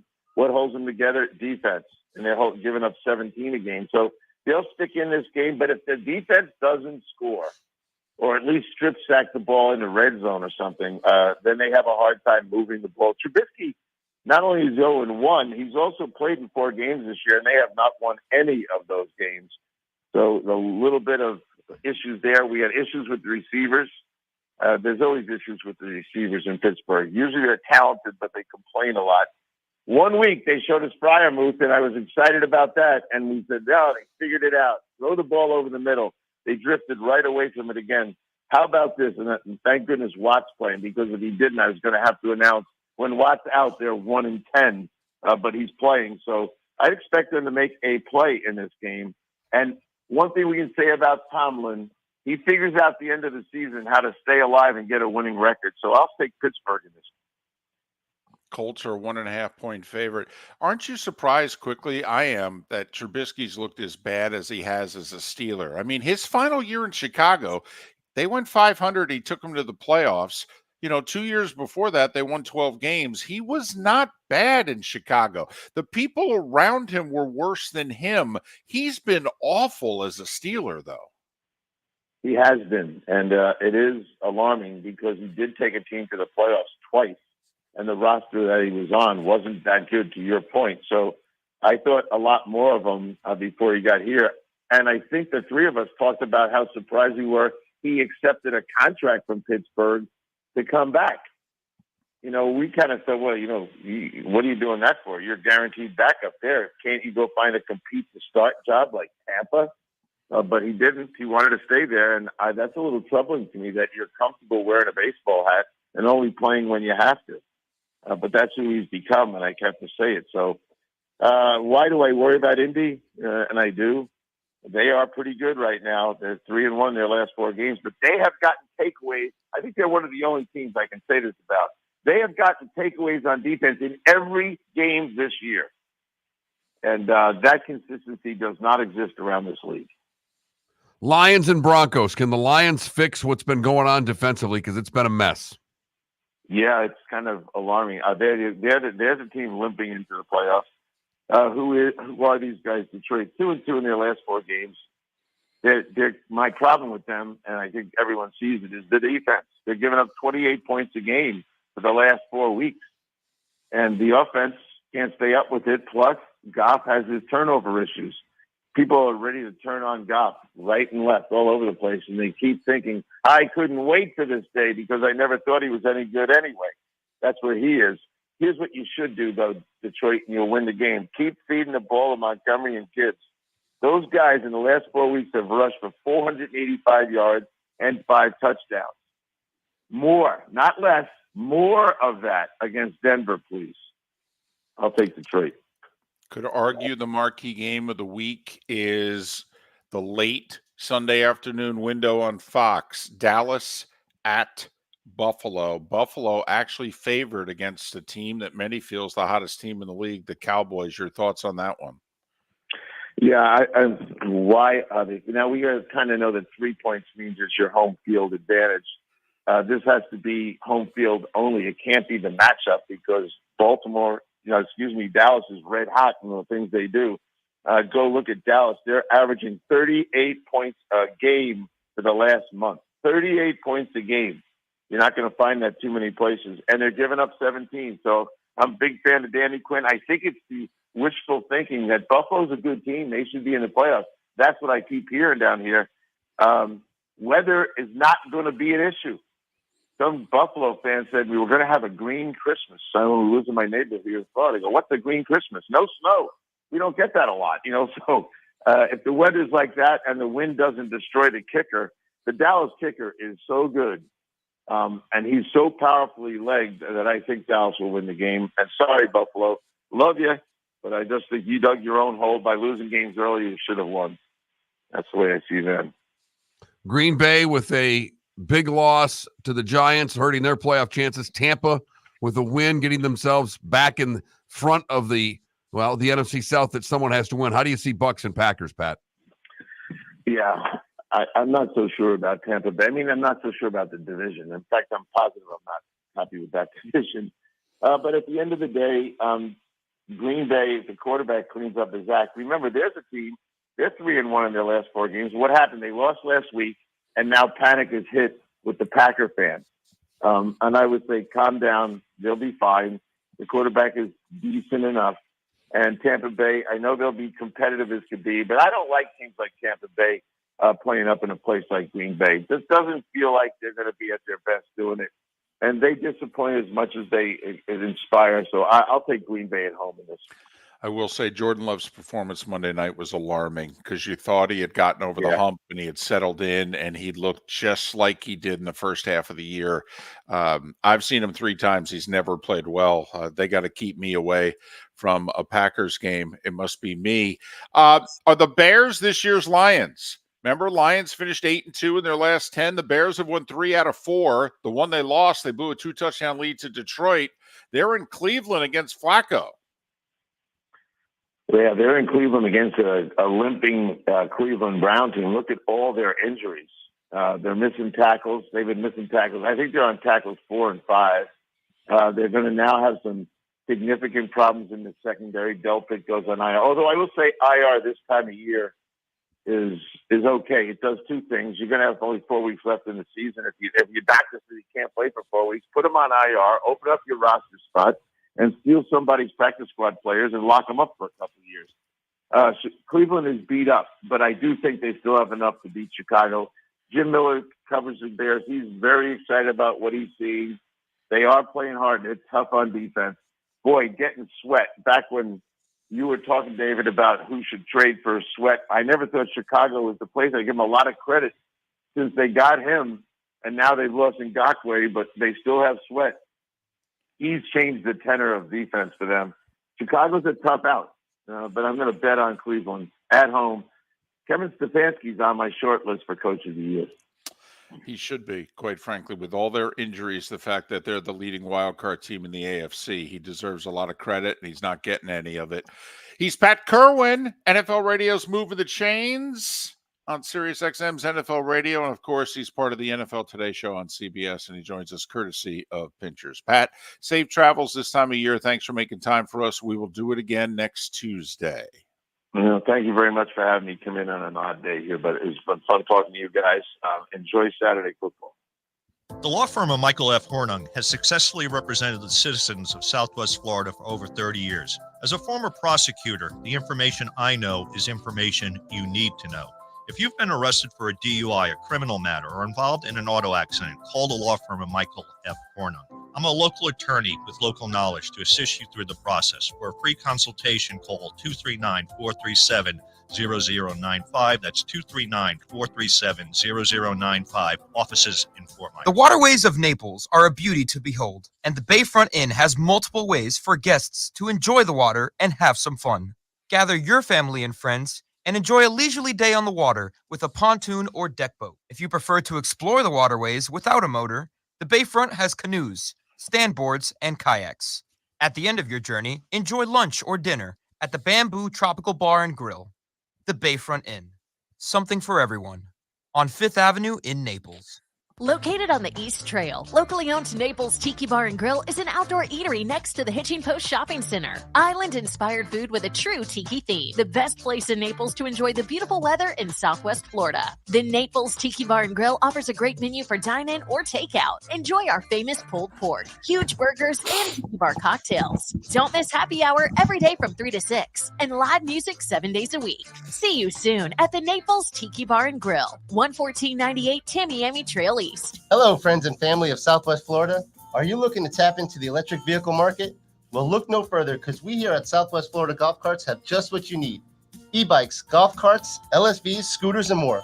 Come down and talk with one of our experienced sales reps, have a soda and a smile, and you could be cruising the streets in your new EV today. Stop by the store or visit our website at flgolfcarts.com and enter for a chance to win $100 off your next purchase by answering John's monthly sports question. You were listening to Miller and Moulton on the Florida Sports Network.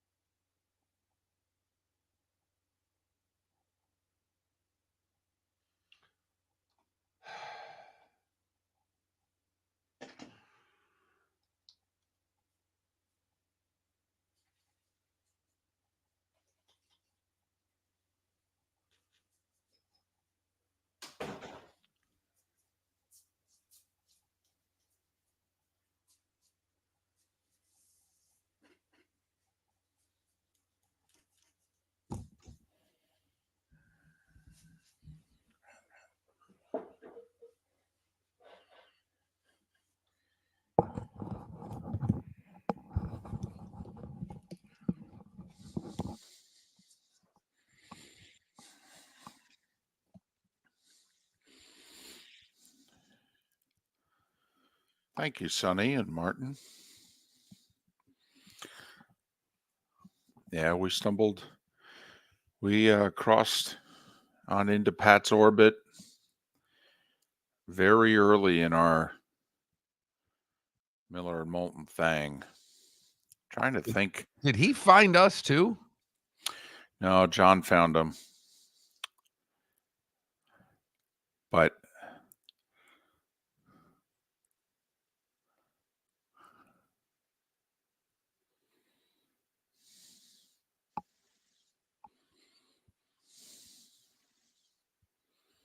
I'll have to ask John exactly how that came to be. If you're starting to digitize on my end, by the way, I hope the computer's okay. It's not been good today.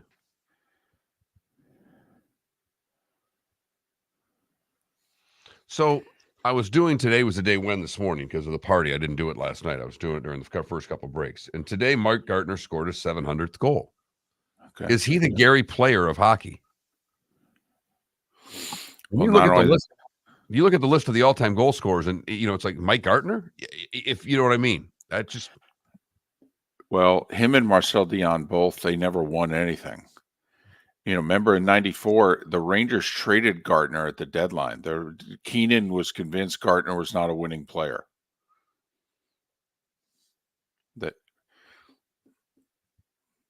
Because the Rangers made a ton of moves at the deadline. They brought on 5 guys. They were the best team in the league, and they brought on 5 new players. But they traded away Gartner. Mark, I think Gartner only played in one conference final even, and they got swept when he was with Washington. Marcel Dion and the Kings never had a playoff run.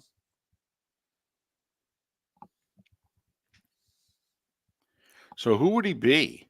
Player at least won 9 majors. Oh, I know. I know. It's very Ernie Banks. Yeah. Frank Gore on the NFL rushing list. I think he's 3rd, isn't he? Yeah. Let me check that. I think it's 3rd or 4th. I think you're right. Because he passed Barry just last year, 2 years ago, whenever his last year was. Yeah, Emmett Smith, Walter Payton, Frank Gore. Barry Sanders, AP. Yeah, I mean, Mark, how many people scored more goals than Gartner? 5? Espo, Dion, Hall, Yager, Howe, Ovechkin, Gretzky. He's 8th. I will say 700 plus goals. You're 8th. Thank you. That's just got. I mean, that's quite a few guys who scored some serious goals.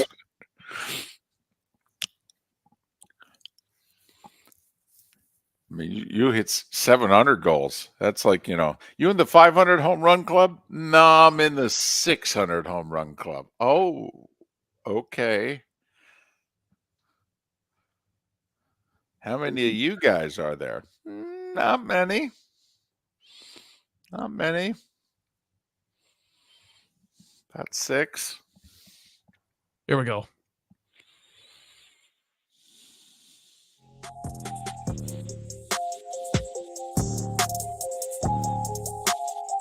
You're listening to Miller and Moulton, only on the Florida Sports Network. And now, here's Mark Miller and David Moulton. 22 minutes before the hour. Miller and Moulton, Florida Sports Network, floridasportsnetwork.com. We've got Roy Cummings coming up at the top of the hour. Talk about the Bucs, who, just like that, they've done what we said they had to do. They had to win their division games. Carolina, Atlanta, back-to-back, bada bing, bada boom, they're in first place. Problem this week, they're not playing somebody from the NFC South. So And Atlanta is. Right. And they're playing the worst team in the league. So, but anyway, let's continue to accentuate the positive. Roy Cummings, talk about the first place Bucs coming up at the top of the hour. Trent with the play of the day in about 45 minutes' time. And Dr. Roto, an hour from now. Do not send in your fantasy questions yet. We're not ready. We'll lose track of them on the text line, 21,000, or in the Twitch chat room. So just save that thought, 30, 40 minutes, and then fire away. Okay. The San Francisco Giants have held some press events this week because the folks there are unhappy that they can't get any free agents. So they went out and spent $114 million to get this outfielder from the Korean Baseball League, who's apparently a really good player, left-hand hitting outfielder, but we don't know if he'll translate over here, so to speak. But the Giants overpaid, got him because, well, they need somebody to take their money. Buster Posey is part of management now. And he gave a very frank interview, Mark, in which he said one of the things that hurt us with Ohtani, because apparently Posey and Ohtani had a little bit of a relationship, and the Giants really thought, like Aaron Judge, they were going to get him. And what Posey openly talked about was, the reputation of our city right now is hurting us. Ohtani wants to live in a city. He doesn't want to live in a suburb. All right. And the reputation of San Francisco right now, real or imagined, drugs, crime, a homeless problem. Mark, you've spent time in San Francisco. When you spent time there, which was a handful of years ago, you loved it. It was my favorite city in the country. Right. And I'm not. Right. You came back and said, if I could afford it, that's where I'd want to live. It was an amazing city. And they have problems now. It's not an amazing city anymore. And Buster Posey said, this is hurting us in free agency. The NFL, little less than a year ago, awarded Super Bowl 60 to Santa Clara. Now, Santa Clara is 25 minutes away from San Francisco, but without traffic. Right. Okay. Trust me, I'm trying to make a red eye on Christmas night. Okay. I need there not to be a ton of traffic. But when they give a Super Bowl, they're giving it to the city. Like, when they give the Super Bowl to Miami, all the Super Bowl events are in Miami and on South Beach. The game's 40 minutes away, but they're giving it to the city. The Super Bowl is going to do all their events. They're not going to do it in San Jose and Santa Clara. They're going to San Francisco. Well, Mark, between the NFL awarding the Super Bowl and now the San Francisco Giants publicly going, we got to kind of get our act together. I mean, I honestly think, I wonder if sports between the NFL and now the Major League Baseball team, and Mark, you've been there. The Giants are beloved. San Francisco. Oh my goodness. We don't understand on this coast how big the Giants are in San Francisco. And they're every bit the Red Sox to the Yankees as the Giants are. I mean, they're that big. Yes. And also the ownership is in great stead with the community because they paid for that stadium. They didn't get tax dollars. They took the money out. They built it. And then they delivered 3 World Series championships on top of it. But, Mark, this is an interesting little thing that I believe is taking place. Because, listen, you really think the NFL wants to go to a city that's got problems? I mean, the pressure that the Niners and now the Giants, I think, and the Giants just did it publicly, subtly, they didn't bang the table or anything, but Buster Posey said, he was asked the question, hey, and they go, it hurts.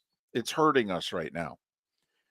It is. It's hurting. Is it a factor? Yes, I have to admit it is. And he goes, and I love the city. My family lives here. We've had chances to move. I moved back here. I love it so much. But right now, we got some issues. And I'm wondering if between the NFL and the San Francisco Giants, if they're actually going to reshape what is going on over there.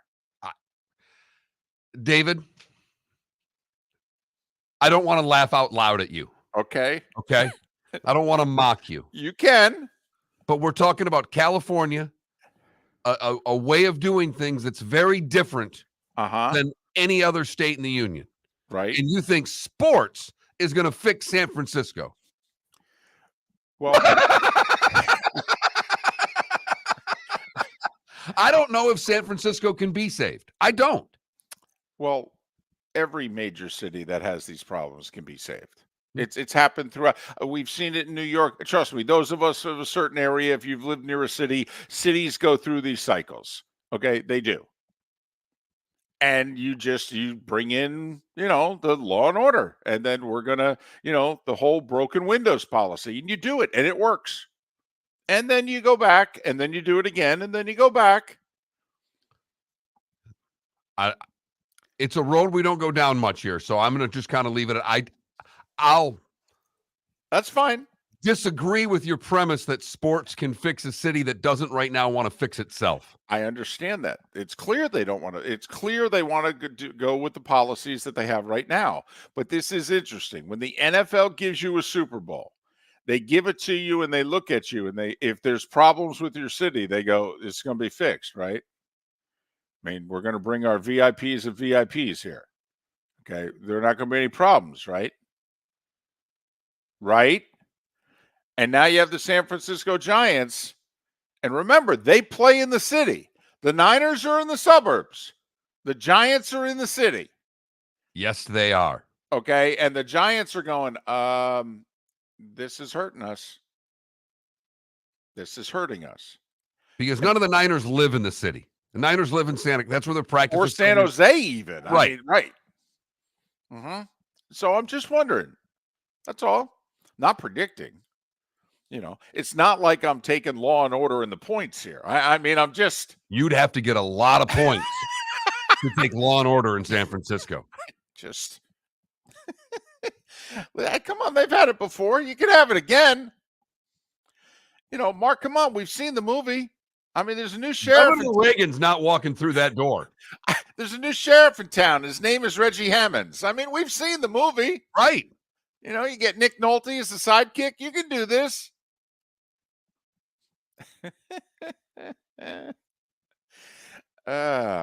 Just a little tidbit. That's all.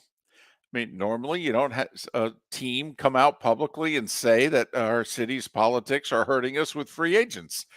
Come on, you and I have been doing this a while. We talk about a lot of things. Has this a subject that's ever come up? No, and think about it, David. They've only tried to spend $1 billion in the last 2 years attracting $1 billion to attract players. Right. I mean, maybe, I'm sorry, not even $1 billion, $1.2 billion. Well, that's just for two guys. Thank you. That's just for Ohtani and Judge. Right. We're not interested in your $1.2 billion. You got to clean up the streets. I'm sorry. Wait, why are you not coming here again? Is it our pitching? No, it's not that. Okay.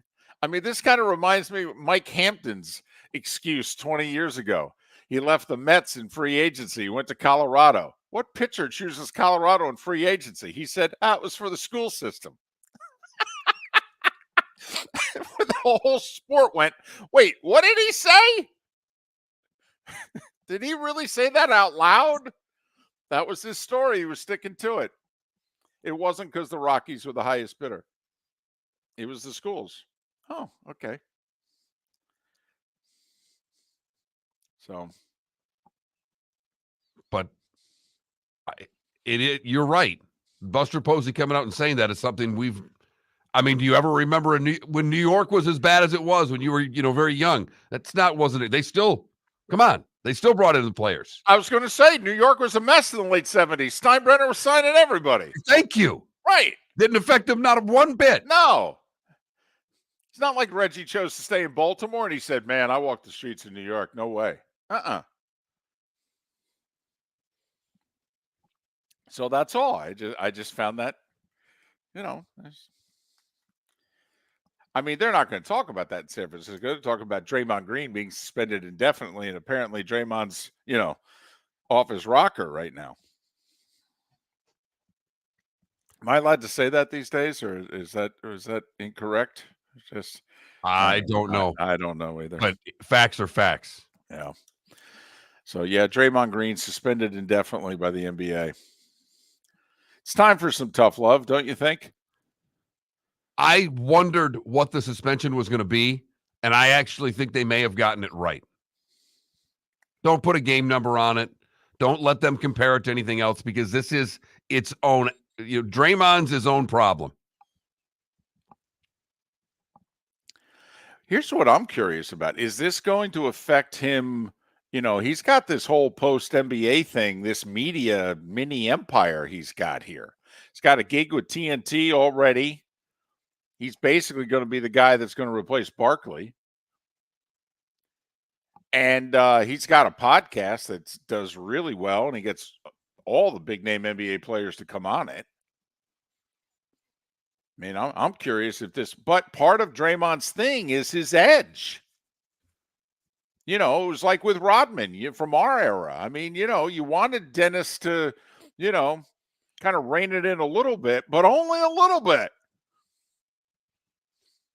Yeah, David, I don't think anyone condones the violence per se, but you're exactly right that it gets eyeballs.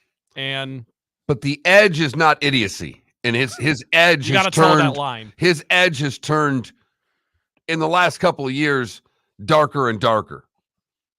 And his response now is to swing on people often. And Mark, when he was an effective player on the court, you can get away with a little bit of that. That's just the fact of the matter.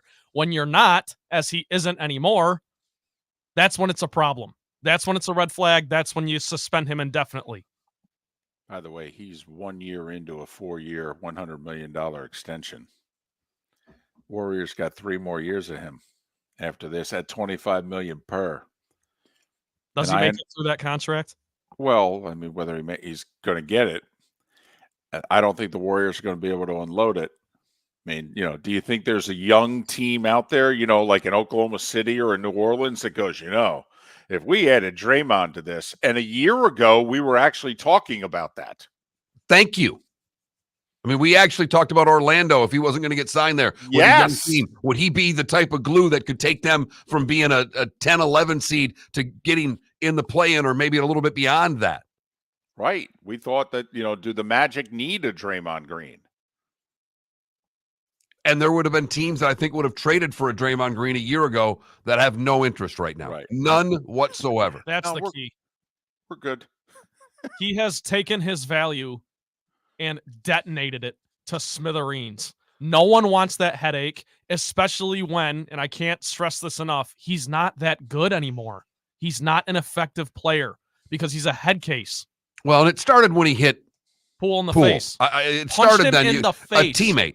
Well, but listen, okay, so he punches his teammate in the mouth, and the Warriors trade the teammate and sign him to an extension. Okay, and within the organization and the other 12 members of the team went, yeah, you guys made the right decision, which does kind of let you know what they thought of Jordan Poole. Right. But now, do they may have gotten about both Draymond wrong. Green now as they Yes. did then? But apparently, even though Draymond's going off the deep end here, apparently all the guys are like, yeah, but at least we don't have Jordan Poole anymore.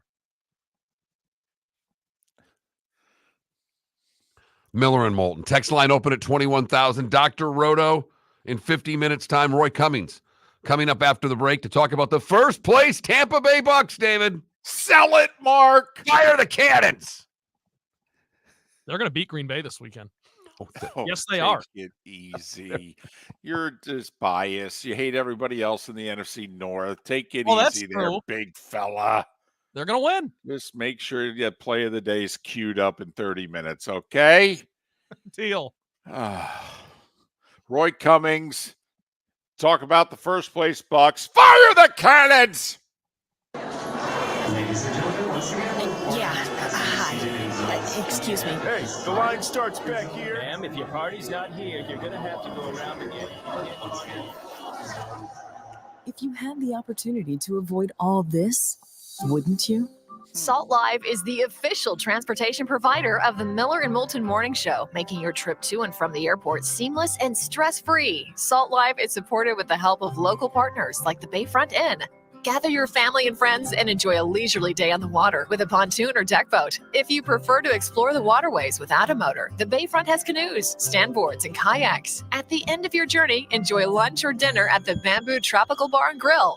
The Bayfront Inn, something for everyone on 5th Avenue in downtown Naples. BayfrontInNaples.com. When you need a ride, book with Salt Life Transportation, 308-8686, or book on saltlifetransportation.com. The law firm of Michael F. Hornung has successfully represented the citizens of Southwest Florida for over 30 years. As a former prosecutor, the information I know is information you need to know. If you've been arrested for a DUI, a criminal matter, or involved in an auto accident, call the law firm of Michael F. Hornung. I'm a local attorney with local knowledge to assist you through the process. For a free consultation, call 239-437-0095. That's 239-437-0095. Offices in Florida. Located on the East Trail, locally owned Naples Tiki Bar and Grill is an outdoor eatery next to the Hitching Post Shopping Center. Island-inspired food with a true tiki theme. The best place in Naples to enjoy the beautiful weather in Southwest Florida. The Naples Tiki Bar and Grill offers a great menu for dine-in or takeout. Enjoy our famous pulled pork, huge burgers, and tiki bar cocktails. Don't miss happy hour every day from 3 to 6 and live music 7 days a week. See you soon at the Naples Tiki Bar and Grill, 11498 Tamiami Trail East. The waterways of Naples are a beauty to behold, and the Bayfront Inn has multiple ways for guests to enjoy the water and have some fun.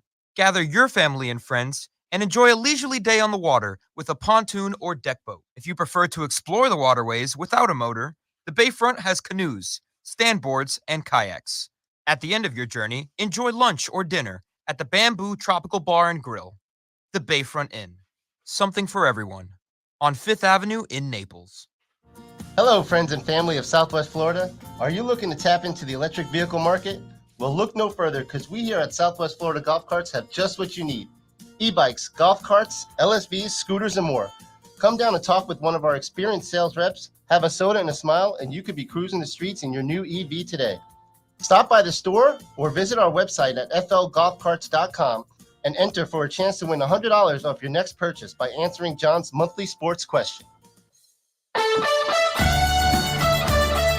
were listening to Miller and Moulton on the Florida Sports Network.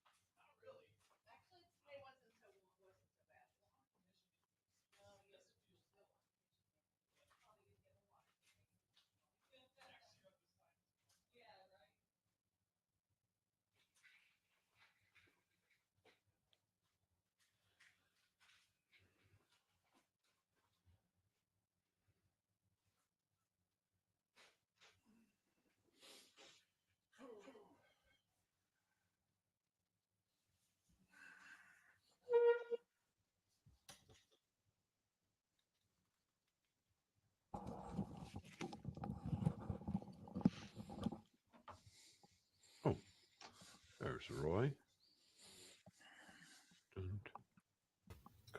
Good morning, Roy. Hey guys, how we doing? Doing great. You? No complaints. All good. All good here. Let me see if I can brighten this a little bit. I figured out a trick to brightening your image when you're on a computer like this. Just brighten the screen. It brightens it up. It turns out it's like a light. It's like a... Yeah. All right. Put it on as bright as it'll go, and it's like having one of those round... yeah. You know, those lights. Anyway. See, you learned something new today from me. Yeah. Well, and I just learned in the Twitch chat room, because the guy who's starting a quarterback for the Chargers tonight is named Easton Stick. And we said, does anybody know anybody else who's named Easton?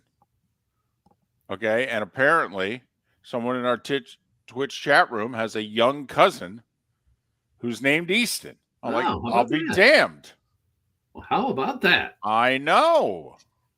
Anyone How else? about that? How about anyone else named Stick? Named him after a baseball bat. That's it, right? So, you getting some time off from work? I've been trying to take every Friday off, but it hasn't worked out too well. we have a number of clients that we got hundreds of clients, and so we're always doing something here, and inevitably it seems like on a Friday, is the best time for some people to do an interview or something. So like I've got an interview tomorrow morning at 10 o'clock with a guy, but it is what it is. I get to sleep in a little bit. That's not a bad thing. Good. What's that? Yeah, right. You guys wouldn't know. I have no idea. Yeah. Sleeping in 6 a.m. on the weekends to me now. I really sleep in. Yeah. I love that Kraken t-shirt, by the way. Such a great logo. It is. It is. Oh, They that's did a great job. Oh, my goodness. I'm going back to Seattle. I haven't been in 2 years. Oh. New Kraken merch. Yeah. Yeah. Definitely. Place your orders now. I leave Sunday. I've got a flag here somewhere. No, We don't have time for seriously. me to wave it. Seriously. If you want Hold something, on. text me. I'll get it. Here we go.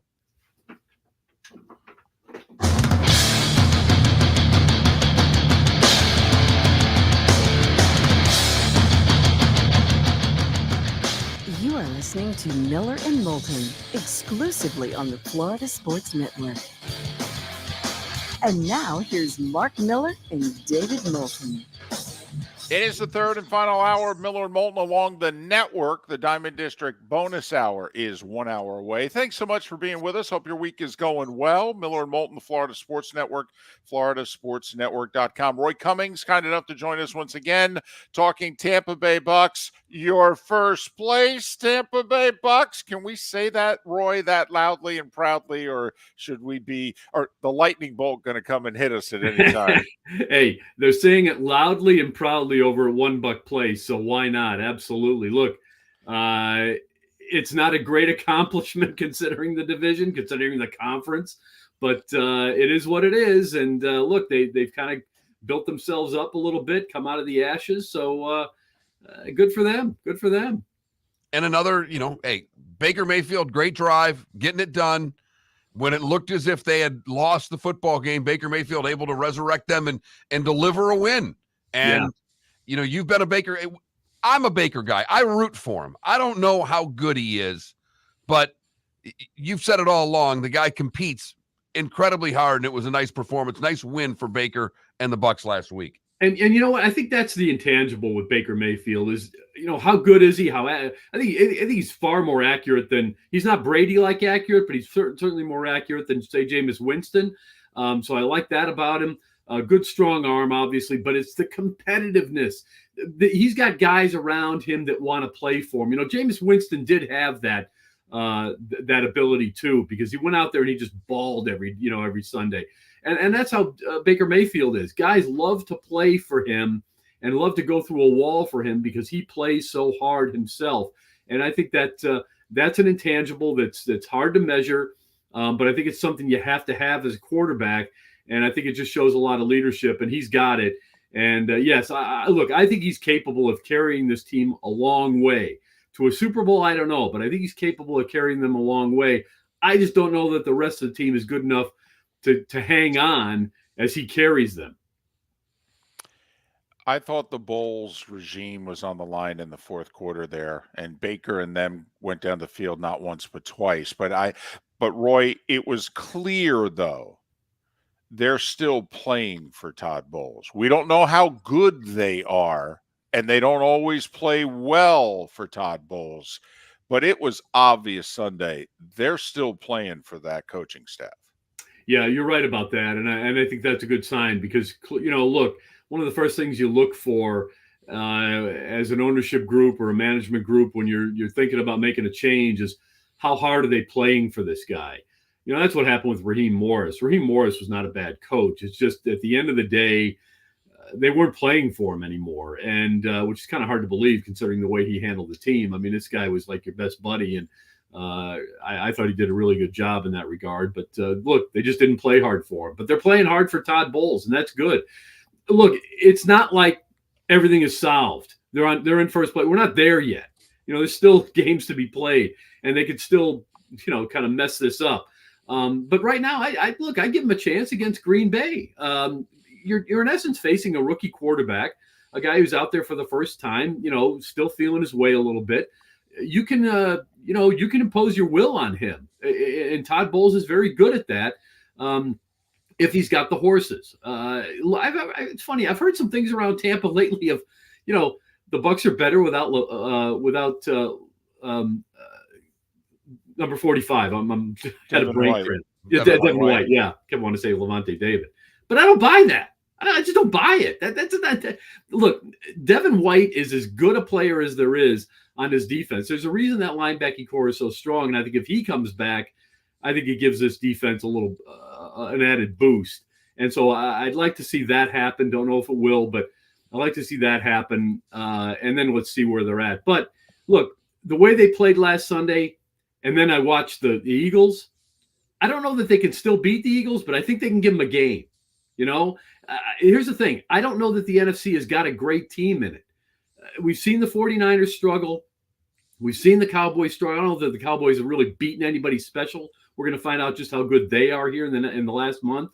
And I think we're going to find the same out about the Bucs. But at the end of the day, right now, I think the Bucs could give everybody in the playoffs a game if they can still get there. Well, and their defense for 3 quarters played really well. I mean, against Atlanta, their defense was fine. A little bit they ran out of gas in the fourth quarter, but they're going to have to figure out a way to pressure Jordan Love, because if they can do that, they can win this game in Green Bay, Roy. Yeah, absolutely. I totally agree. And I think that's the key. You've got to get after Jordan Love. You got to make him uncomfortable. Look, when he's like any quarterback, you give him time in the pocket and he's going to make the throws. He is going to make the throws. He is that good. But if you put him under pressure, I don't know that he's as mobile as as Aaron Rodgers. I don't think he's going to make the plays that Aaron Rodgers does outside of the box. So to me, you've got to get after him, and it's really just a matter of, do you have the personnel to get after him?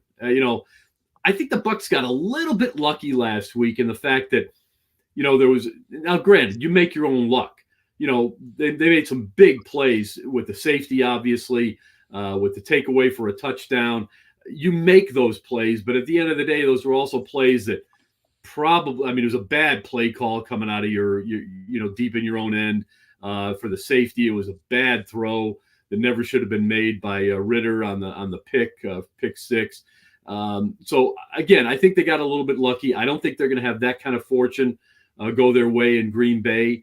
But you know what? Again, if you put the pressure on, you never know. You can create situations like that for yourself. He's Roy Cummings. Been covering the Bucs for a long time. R. Cummings, FHCN. R. Cummings, FHCN. Bucs with over 400 yards of offense last week. Yeah. That's, and they started about a month ago to use Rachaad White in the passing game. It's even opened things up a little bit in the running game. He's got some confidence. But, it's funny, Roy. 2 months ago when they played Atlanta was the one putting well over 400 yards of offense up and really dominating the game and holding on to win. And here was the Bucs with 150 more yards of offense than Atlanta this time, and having to come from behind and win. It's funny how this league works. Yeah, it really is. That's what parity will do for you. They're all kind of the same, and it's one of those. It's kind of whoever just has the better Sunday.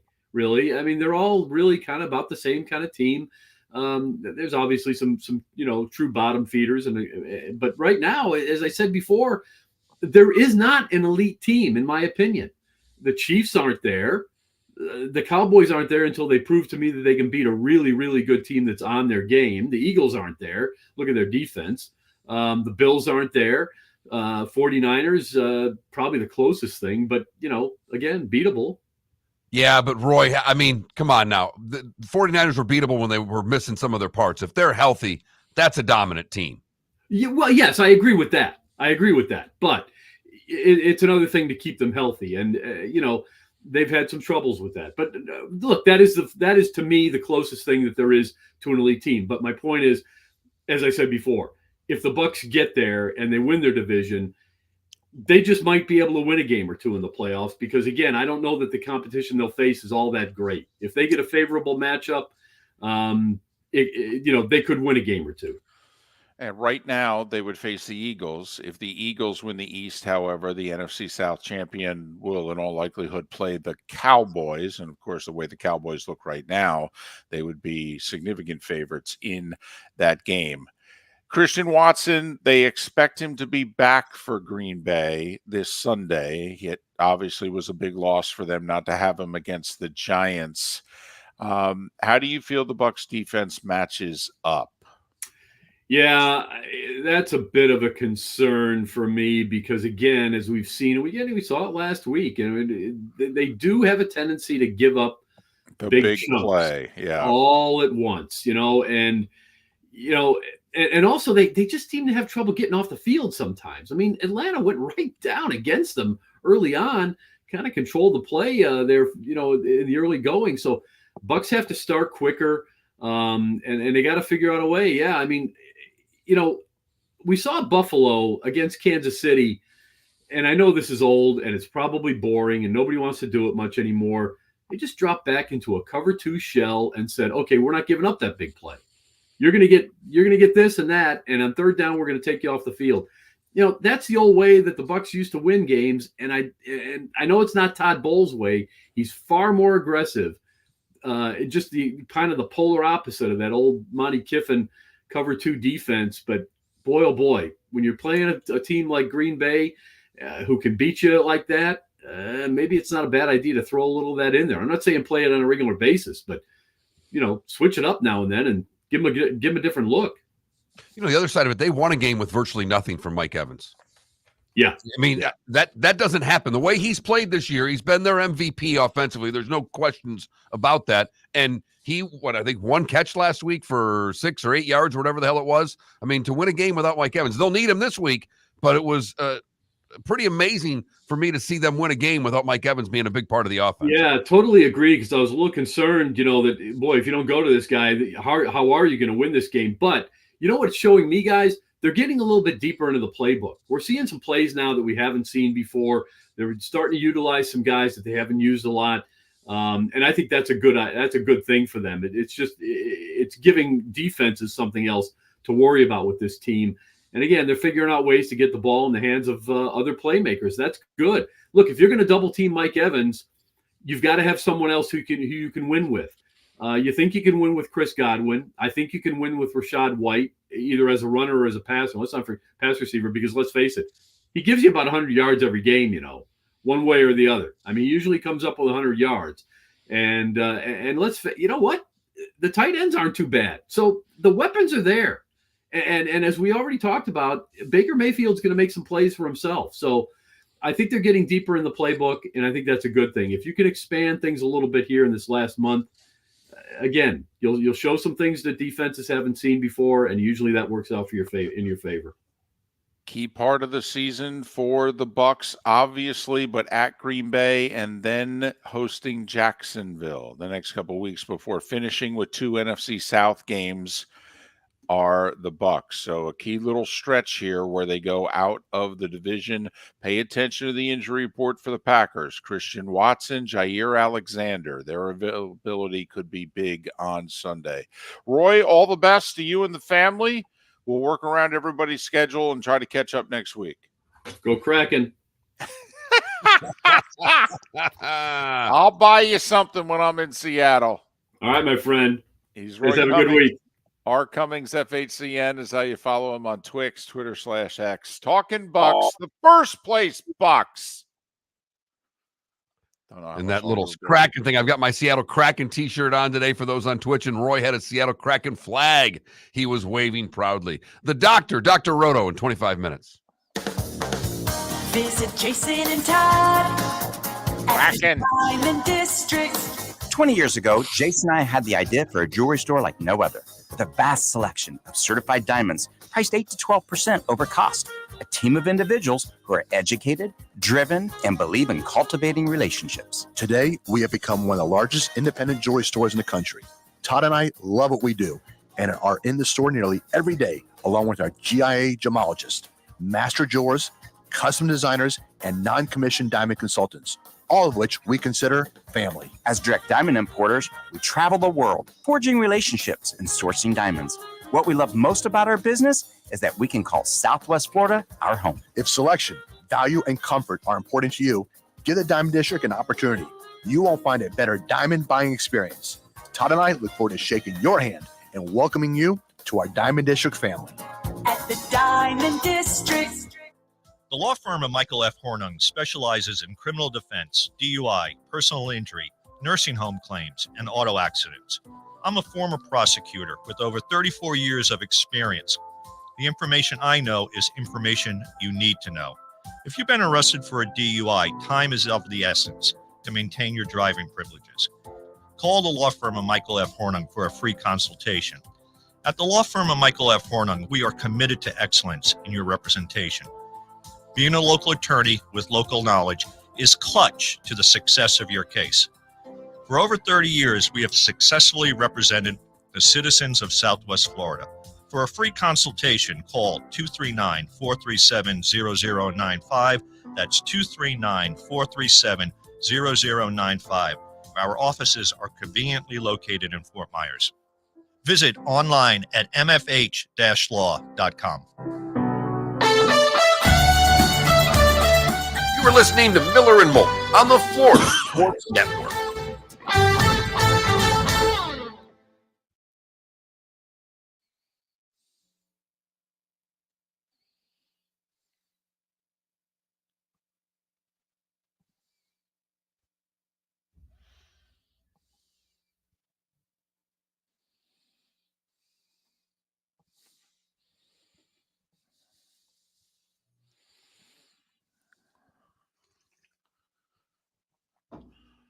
Well, Dead Struck, you're hoping for 50%.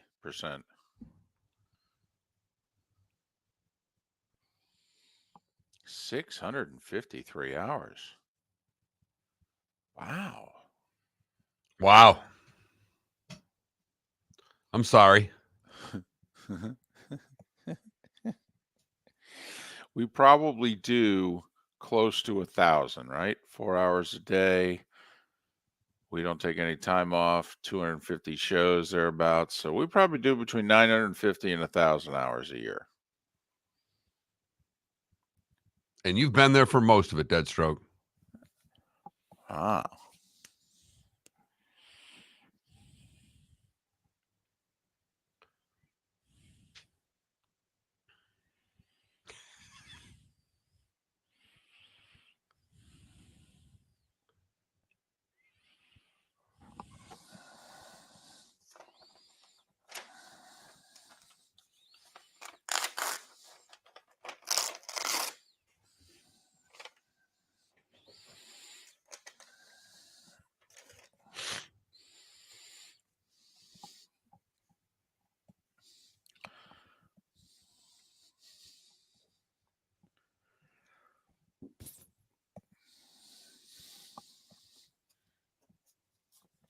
So I will be down there doing the show January 4th and 5th in studio.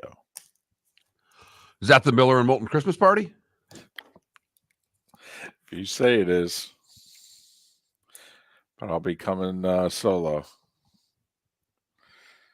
Even if you decided to hold a Christmas party. Wife, I was going to text your wife and say, we're planning the Miller and Moulton Christmas party. What days work for you? God, she would love. I was thinking about. I laughed for 20 minutes yesterday about it because I'm like, you haven't met Trent yet, our new producer, right? Oh, we'd have Felipe and his girlfriend. We'd bring the. She hasn't seen Maddie in years. Oh right. My God. I was going to do that with a picture of my refrigerator to your wife, saying she's invaded the granddaughter has invaded the refrigerator. There are 7 pictures of my daughter on the refrigerator, and now 3 of your granddaughter all on the same card. All on a big ass magnet. Anybody, by the way, anybody at your Christmas party go, who the hell's that? No, because all the beer was everything was outside in the cooler. No one really, believe it or not, used the fridge. Has Maddie said, who the hell's that? No. Okay. No. I was going to say, if I was her, I'd be looking around going, who am I losing space to here? Who is this girl? Getting squeezed out. What the heck? Mom, is there something I should know?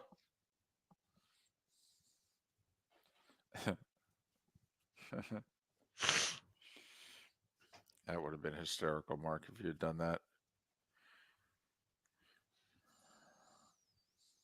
Yeah, unfortunately, she cannot leave her mother right now.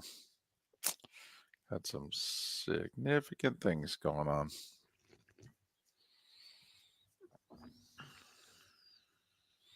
Mark, is that coffee every morning? Yes. How do you drink it? Black. Just straight up. Yeah. Okay. How else? I'm just curious. What are you going to ruin coffee by putting cream and I sugar don't in drink coffee. I drink this crap. What do you put steak sauce on a steak?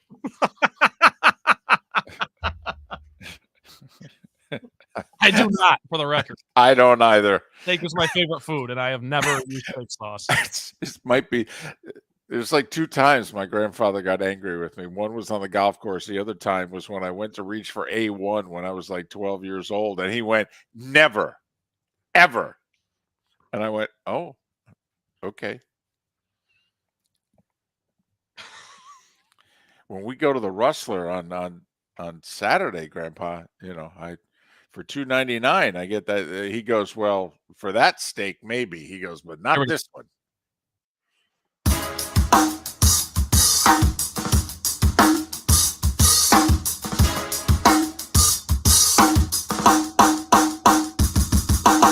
Welcome back to Miller and Moulton, only on the Florida Sports Network. 21 minutes past the hour. The doctor makes his weekly house call coming up in a little more than 15 minutes time. Now is the time. 21,000 on the text line. If you're taking us in via the Miller and Moulton Twitch.tv channel, the Twitch chat room. Now you start sending in your questions. And we do a pretty good job of getting to all of them. We work hard at it. We do. Sometimes we have to combine a couple, shorten a couple. But I will say that the people who text me and say, what are the doctor's thoughts on player X? I won't ask that question because what are you asking that player against whom? Unless you're telling me it's a DFS play, then I would like you to kind of spell that out because otherwise those are the ones that I just kind of bypass. Help us help you. Exactly. There is a right way to ask these questions. This is for your benefit. It's now the playoffs. Were you channeling Tom Cruise there? I mean, that movie was before you were born there. Okay. Help me help you. So Trent with the play of the day coming up in a matter of minutes. David, you brought up our attorney general suing the college football playoff committee earlier in the week. That's right. Proud Gator, Mark, but injustice is injustice. And Correct. When you see it, you must act. There are other problems in Tallahassee, David. What? There are lawmakers from the state that are trying to change the state bird. Do you know what the state bird is in Florida, by the way? I have no idea. Osprey. It's a mockingbird. Oh. Which doesn't seem very Floridian. Should be like a crane or something like that. Well, you're getting there, but they are trying. These lawmakers are trying to make the flamingo the state bird of Florida. I don't hate that. Mockingbird is a state bird of Arkansas, Mississippi, Tennessee, Texas, as well as Florida. Why should we be sharing a bird with 4 other states? Yeah. We could give the bird in 4 other states. Right. The official bird of Florida is actually that's the official bird of Jersey. Okay. that is the state bird. The double bird? The state bird of Jersey is the middle finger. Right. Now, I would nominate the cackling snowbird, which is when you get a group of That's a good one. women Yeah. at a country club after playing golf. I refer to that as a cackling snowbird, but that's just me. So men don't cackle? No, not the way the cackling snowbird does. Well, I understand, but you can have different, tones to the cackle. But men probably Can don't. you? Well, I think you Can can. you? I think you can. You can have higher pitched cackles. So, but tell you what, next time you and the guys are sitting around at the club, try to come up with the word. Say, guys, we're not cackling right now. What are we doing? But I like the flamingo. I'm pro flamingo for the state bird. That's unique. That is very Floridian. That is true. That is very true. I mean, they've been using the flamingo to advertise for the state for over 100 years. That's all. So that's what they're focused on. That's what they're doing. They're suing the College Football Playoff Committee, and they're changing the state bird. Good to see they're getting a lot of work done. Yeah, I mean, I was kind of hoping they'd make the insurance companies pay for the places that are damaged by hurricanes. But okay, we can start with the state birds. Right. Okay, good. Right. Well. Okay. Like have you heard the joke about the state flower in Michigan as a traffic cone? People want that to be the case. I see. All right. Because the roads are always in rough shape. 21,000's the text line. Start getting your questions in for the doctor. I won't take up too much of his time today. I've got a few questions. You're still alive, huh? Yes. For all the complaining that you've done, you're still alive. I went on a 5-game win streak to get myself out of trouble. Coming into the playoffs hot, David. Hot. I like it. Tell you what, all these quarterbacks. I mean, I'm guessing you don't play anyone tonight, right? Like, I mean, come on. No, I mean, if anything, you'd play Vegas's defense. Yeah. Okay. There you go. There's a chance. Okay. Well, is Eckler playing? Yeah. Well, yeah. They're going to run it 30 times. Not with him specifically, but. First off, have you seen him this year? He does look. Yeah. He looks a step slower this year. And with no Keenan Allen, I mean, Williams has already been out. Yeah. I mean, well, I guess you saw how potent that offense was last week. Yeah. That's all I'm saying, though. If they can't throw it at all, it might be worth it to. Yeah. If you have Eckler, you play him. If there was ever a time for him to have a good game, it'd be this one, right? Well, I don't know if he'll have a good game, but he'll probably have, over 20 touches between running and receiving. So maybe, admittedly, I will also throw this in there. I am in a 16-person league. So anytime you get 10 points out of a guy, it's awesome.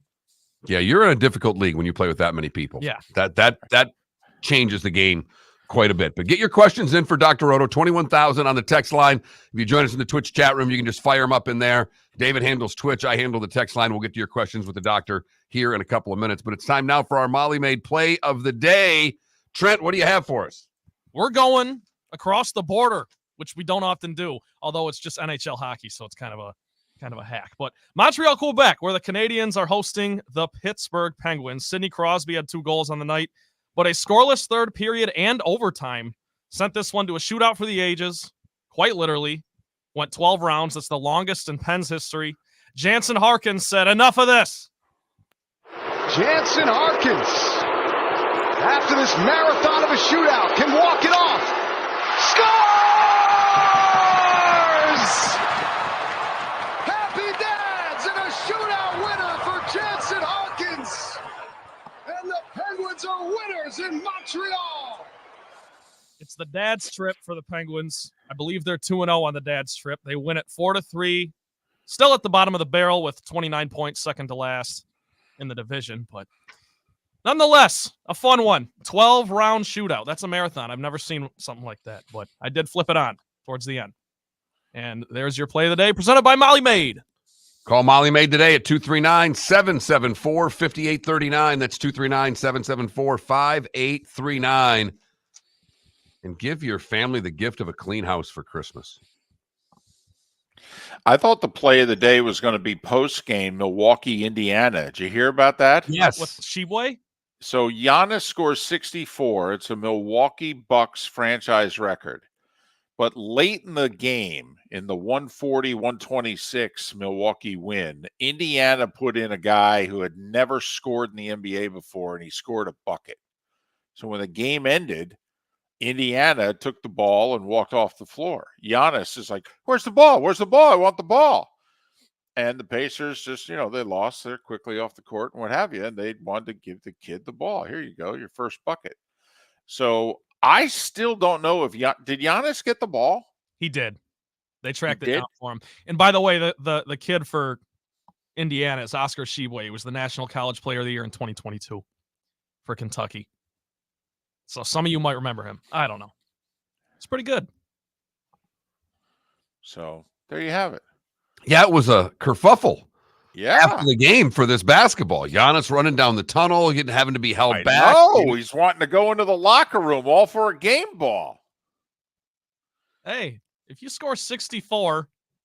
Well, first off, if you're the franchise, which he is, you get whatever you want. 64, I want the ball. Just to put that in context a little bit, like that LeBron's career high is 61. Melo's career high is 62. 64 is a lot of points. Wow, we haven't had a Carmelo Anthony mention on this show in a while. I love Carmelo. Huge Carmelo guy. Wow. You don't like defense, do you? No wonder you're a Lions fan.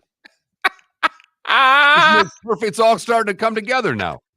And that's why Roto, to take your fantasy questions, he is next on Miller and Moulton.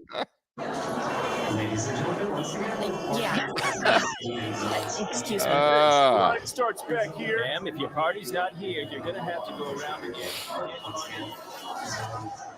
If you had the opportunity to avoid all this, wouldn't you?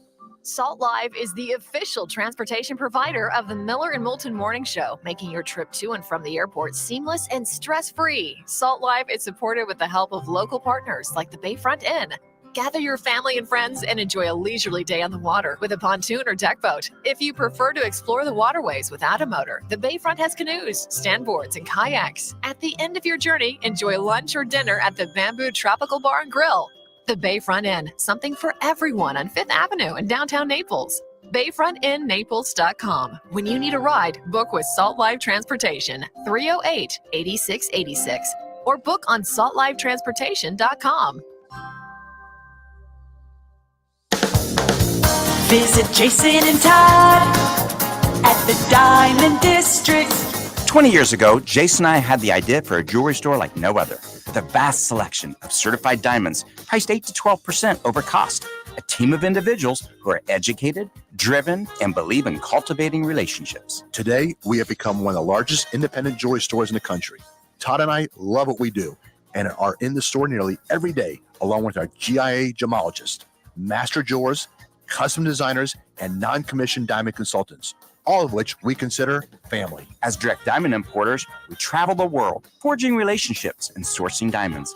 What we love most about our business is that we can call Southwest Florida our home. If selection, value, and comfort are important to you, give the Diamond District an opportunity. You won't find a better diamond buying experience. Todd and I look forward to shaking your hand and welcoming you to our Diamond District family.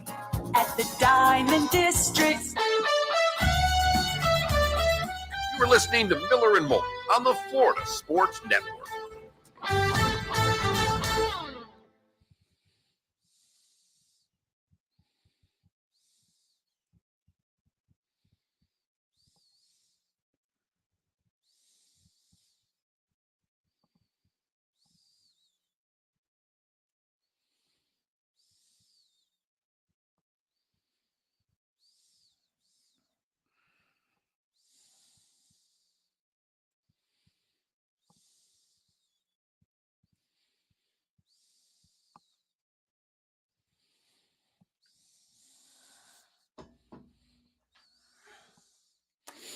All right.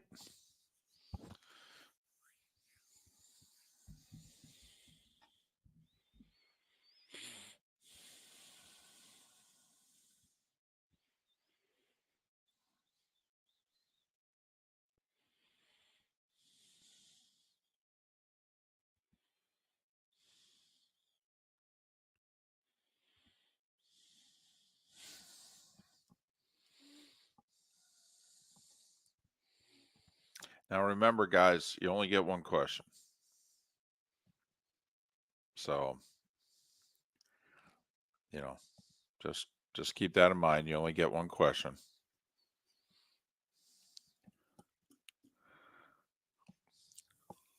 If we were to run out of questions, I might circle back. So I make the comment yesterday playing golf with a smart aleck guy that I'm playing with, because our greens are not breaking as much as you think they are. There's not as much break. When you see break, I'd say play half to 75% of the break what you see. And I said, they're not breaking as much as you think they are. And he just looks at me and goes, how do you know how much I think it's going to break? Well, Stephen, right. Well, Stephen, right. So last night I'm at the Christmas party. My phone dings and I reach in my pocket and it's him. And he says, I'm still troubled, thinking about how one of your pucks was breaking. I didn't realize you were playing golf with Stephen Wright. Golly. Just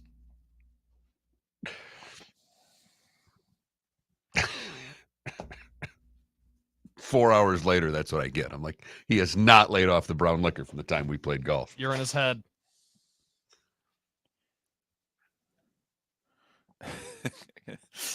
KW, it's a very nice suggestion that your one question be, here's my roster. Who should I start? Nice. I was going to send Doc a screenshot of my roster and say, go.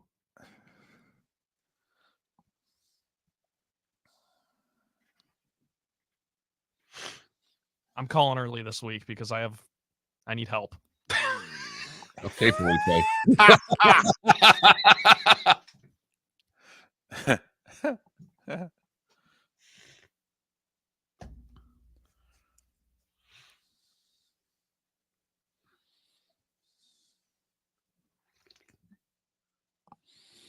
All right, go Raiders. Which one? Want me to ask him the 2 out of 3, Ridley, Downs, or Pickens, or the quarterback one, Trevor Lawrence or Stafford? Good. Go Raiders. I'm glad we've helped. But which question do you want? The 2 out of 3 or the quarterback one? Okay.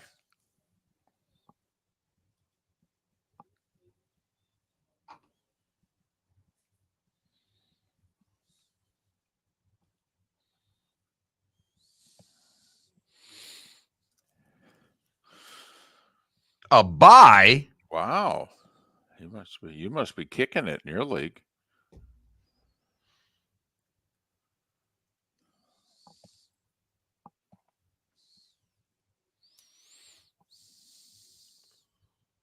Well, thanks, Bob. Of course, he's the head pro at Wingfoot, but that's, I'm on a plane. Let's go.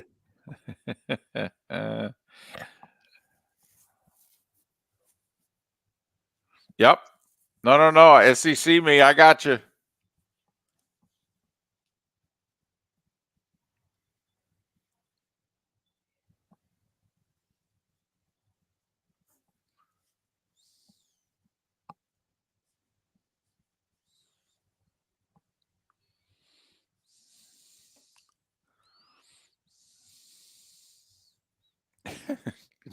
Nice line, KW.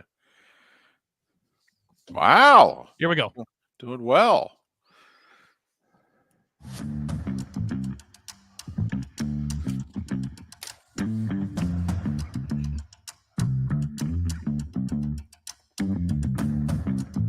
You're listening to Miller and Moulton, only on the Florida Sports Network. It is 22 minutes before the hour. It is our final segment along the network. The Diamond District bonus hour for the 239 awaits at the top of the hour. We will interview, by the way, the executive producer of the Coach Prime series on Amazon coming up in a little over 40 minutes time. But it's time for Dr. Roto. He's not just our fantasy football and sports expert. He is a fantasy football and sports expert. That's why he's got his own website, drroto.com, DRROTO. It's why you can hear him on the Fantasy Sports Radio channel on Saturdays on Sirius XM. Follow him on Twix, Twitter/X, at Dr. Roto, DRROTO. Doc, first off, good morning. Hope things are going well. Secondly, from the Twitch chat room, we have a suggestion for a new revenue stream for you. Are you ready? Yes. A service where they just everybody sends you their lineup and you circle who they should play and you send them back. What do you say? $9.99 a lineup. Go. Doesn't that take the fun out of it for the people actually playing? We're trying to make you money. The hell with fun. Yeah, but if I'm wrong, then you hate me. And look, I make mistakes too. There were weeks where I didn't play the certain guys. So no, the fun is you picking your lineups. I'm always happy to assist. That's why I'm your doctor. All right, Doc, let's get right to it then. 21,000 is the text line, 21000, or in the Twitch chat room. Pick 2 from this threesome: Zeke, Jalen Warren, and Jerome Ford. Well, look, is Zeke going to do what he did last week? Probably not, but he's going to get a lot of touches, right? And we want to see a lot of touches. Jalen Warren, man, that's really ugly there, guys. I just don't even know. I mean, Mitch Trubisky and Gardner Minshew, is that the matchup that I think the NFL was seeking when they set out the schedule? Probably not. Hard to trust Warren this week. Jerome Ford, I like. I mean, it's not an easy matchup either, but I like the player, and I think he's proven to be a starter in this league. Now, he's not Nick Chubb, but he's a starter in this league, and I think that he's got a good future in front of him. I think next year, obviously, we're going to draft Chubb, but how this year we said, well, this is Nick Chubb's backfield, and Ford is just going to come in every now and then. I think Ford has earned 8 to 12 carries next year. I mean, you won't need Kareem Hunt with a healthy Chubb, but I think Ford has earned his role. So I'd probably go Ford and Zeke for sure. All right. Twitch chat room, Baby Jules wants to know Tyler Lockett or Drake London. You do not play Drake London this week. Whatever you do not play Drake London this week. He's going to see J.C. Horn. Carolina's pass defense is pretty good. And here's the biggest problem with Carolina. They don't run many plays. They are slow as molasses. So opposing teams, it's like, look at what happened to Kamara and Olave last week. If they don't score a touchdown, they are barely putting up fantasy points because I think they ran 52, 55 plays. There are some weeks that teams run 69. So when you're running fewer plays, and we know how much Arthur Smith loves to throw the football, and now you're going up against J.C. Horn, who's one of the top young cornerbacks, he becomes radioactive. As good as he was last week, I don't think now if he scores a touchdown, great, but you're probably looking 4 for 50 at a touchdown, and that's the peak. That's the high game. It could be way, way worse than that. All right, quarterback question: Stafford or Geno Smith? If you're not playing Matthew Stafford this week, please call my office for an immediate appointment. Right now. You call up. I'll fit you in. I know it's Christmas time. I will fit you in personally. Freaking Commanders who stink. I had a moment. So you're saying the question I have from Go Raiders, Trevor Lawrence or Matthew Stafford, the answer is Stafford? The answer is, yeah, because they're playing the Ravens. I don't want any part of that Ravens. But you play this. Look, that Stafford, that Commanders-Rams game is at a 50.5 spot. It's a big number. It's a really big number. And once again, the NFL does it where the morning/early games stink, and the late games are the ones that have all the fantasy goodness in them. I could see DFS lineups that maybe have 1 or 2 players in the morning, right? And everything else is in the afternoon. Why wouldn't you want the Cowboys-Bills? Why wouldn't you want the 49ers-Cardinals? Why wouldn't you want the Commanders-Rams? Those are the games of the week.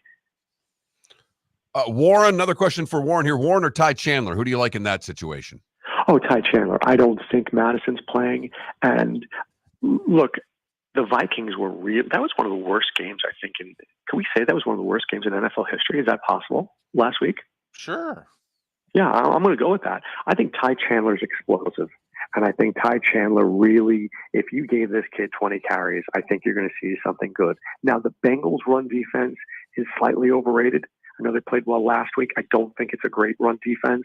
I think Josh Dobbs is like Cinderella. It's midnight, dude. You're okay, but you're back up in this league. You're not a starter in this league. So I think they have to give Nick Mullins a shot.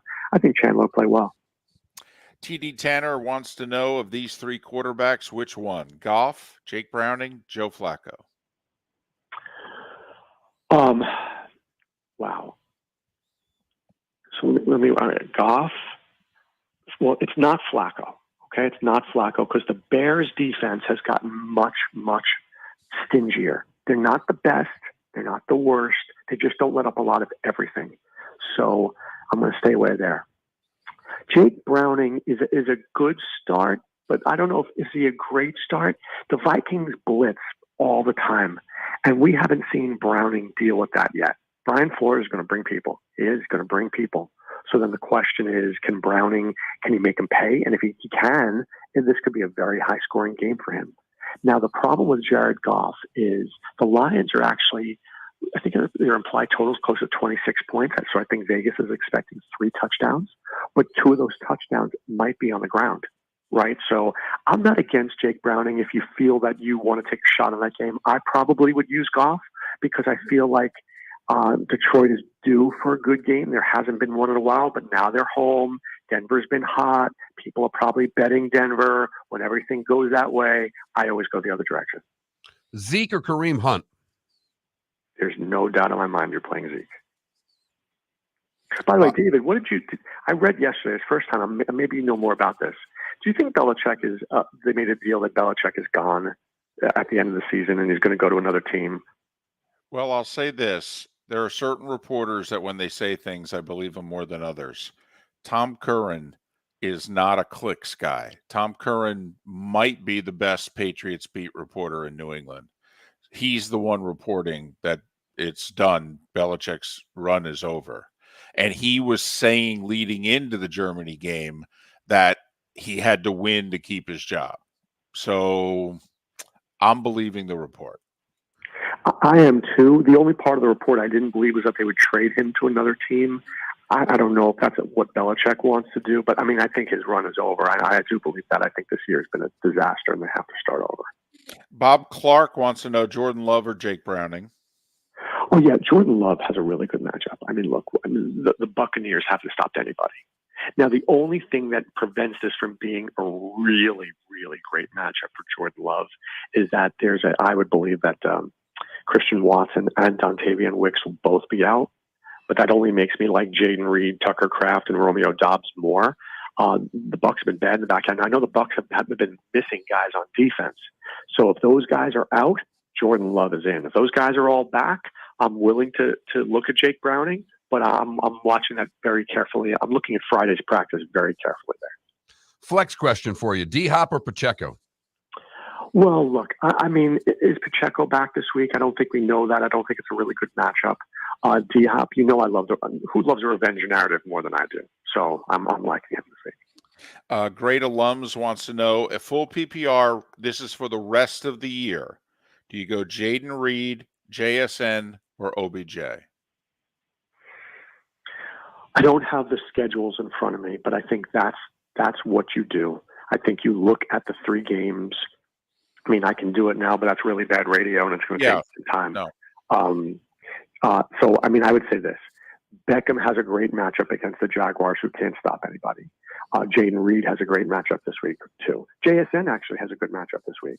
Now, I'm looking at 1 week. I think they're all pretty even. Now I'm going to week 16. I'm doing the same thing. I'm going to week 17. Now, what you can't control in this outcome is injuries. There's nothing you can do there. Do I think one guy is more healthy than another guy? I'm not sure, but I would say that you also want guys who have something to play for. Baltimore is obviously trying to play for, a number 1 seed, so Beckham has a great chance of being out there. I think that's the way you approach it. OBJ, Cooks, or Noah Brown? Who you starting out of those 3? I'm not starting Cooks. It's not that I don't like Cooks, but I mean, I think that there's really CeeDee Lamb is fantastic, and Jake Ferguson has turned into a top tight end. He really has been one of the better guys, so I can't start Cooks. OBJ is in a really good spot. It's a really good spot. So, I mean, in a game that the Jaguars, as we've all seen, you can't run on them, but, man, you can throw on them. So the question is, Lamar Jackson, how well does he play? When Lamar has a week like last week, he's a top 5 fantasy quarterback. but he just is inconsistent.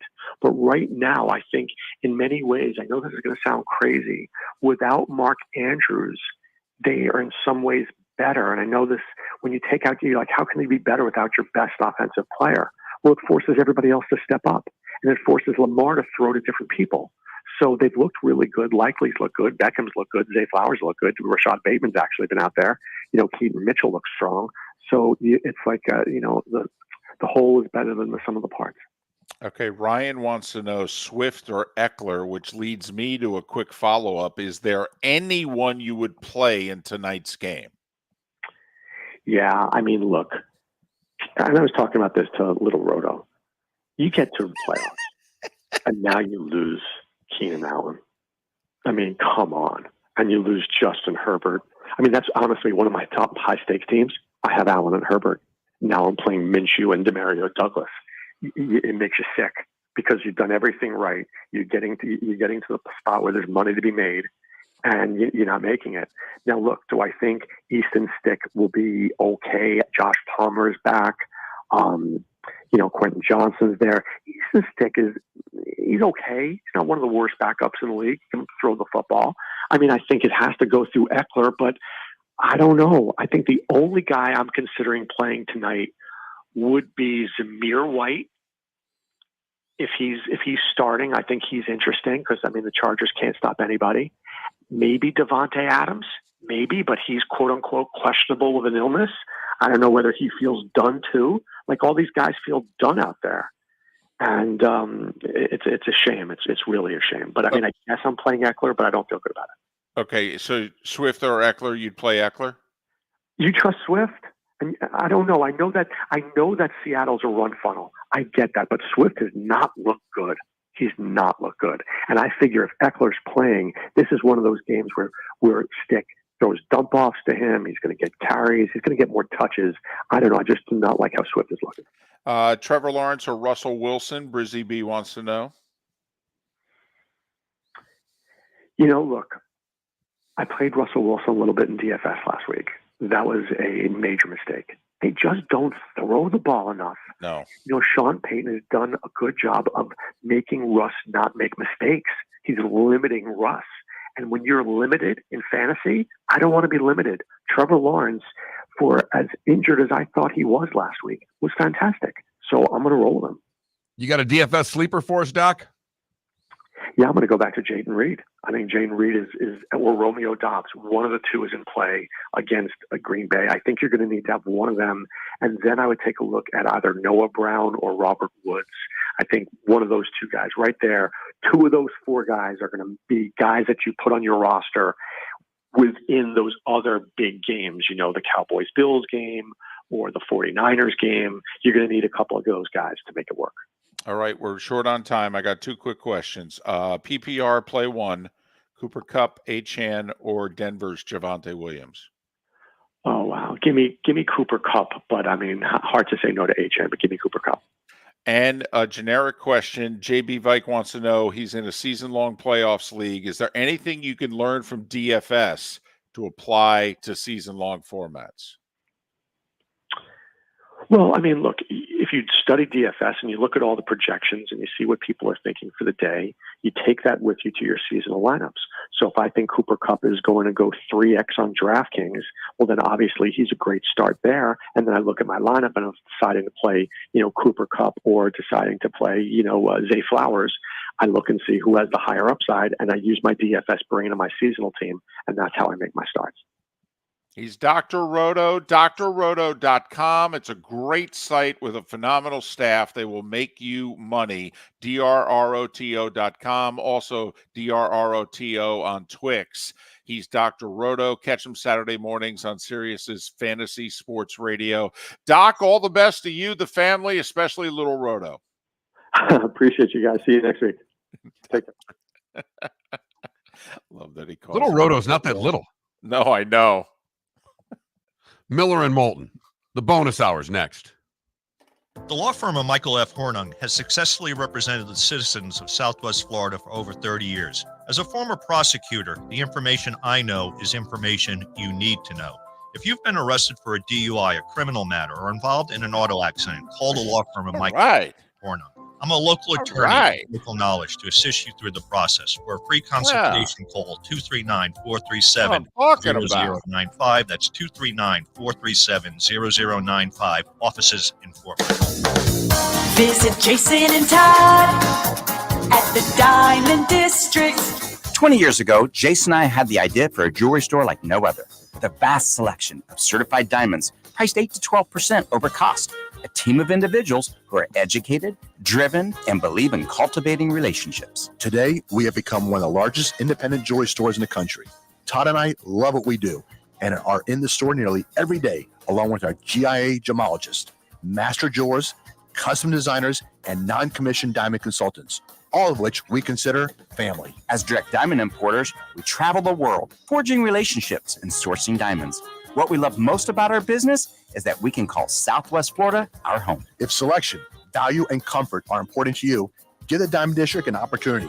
You won't find a better diamond buying experience. Todd and I look forward to shaking your hand and welcoming you to our Diamond District family. At the Diamond District. Hello, friends and family of Southwest Florida. Are you looking to tap into the electric vehicle market? Well, look no further, because we here at Southwest Florida Golf Carts have just what you need. E-bikes, golf carts, LSVs, scooters, and more. Come down and talk with one of our experienced sales reps, have a soda and a smile, and you could be cruising the streets in your new EV today. Stop by the store or visit our website at flgolfcarts.com and enter for a chance to win $100 off your next purchase by answering John's monthly sports question. Ladies and gentlemen, once again. Hi. Excuse me. Hey, the line starts back here. Ma'am, if your party's not here, you're going to have to go around again. If you had the opportunity to avoid all this, wouldn't you?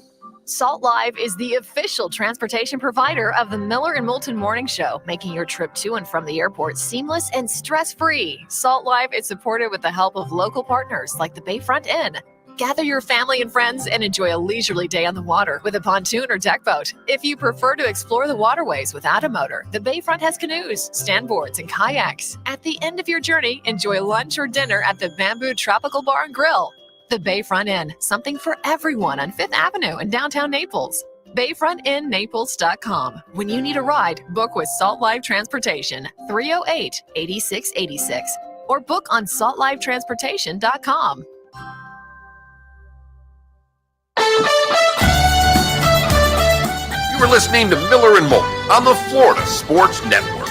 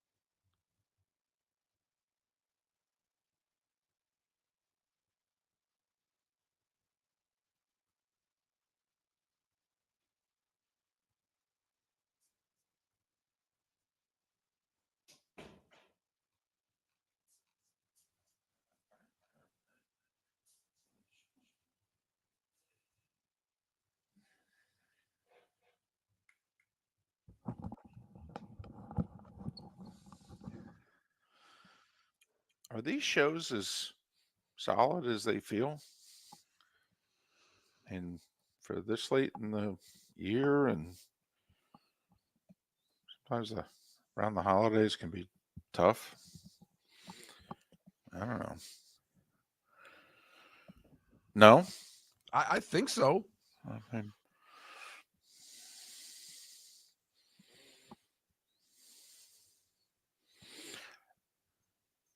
E.B. Hill, I thought I'd tell stories every week. What do you want to know?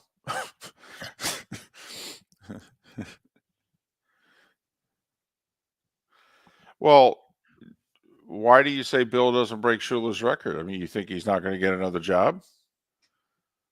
I think Washington would fall all over themselves to hire him. Would he take the Chargers job with that owner, even though the quarterback's there? What's interesting is, he's never really worked west of the Mississippi in his life. I mean, even you go all the way back to his beginning days. He started, I think, with the Lions. Yeah, he did in the 70s. Yeah, I mean, and just, Cleveland, Giants, Jets, Patriots. I mean, his dad raised him around the Naval Academy. I mean, Well, it's tougher to recruit out west. I mean, Mark Scott jokes. if I was him, I'd go to the Chargers, though. Here we go. Yeah.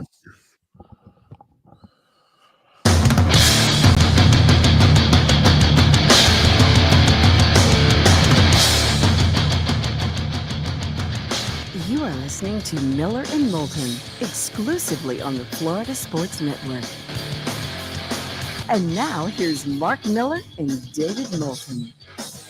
It is the Diamond District bonus hour. No reason to go see Todd and Jason and the gang at the Diamond District in mid-December. I mean, just no reason at all. Can't even think of, 7. No reason to go there. Great prices, great service, and they're selling jewelry around the holidays. I don't know. It seems like a marriage made in heaven. And the best way to save yours.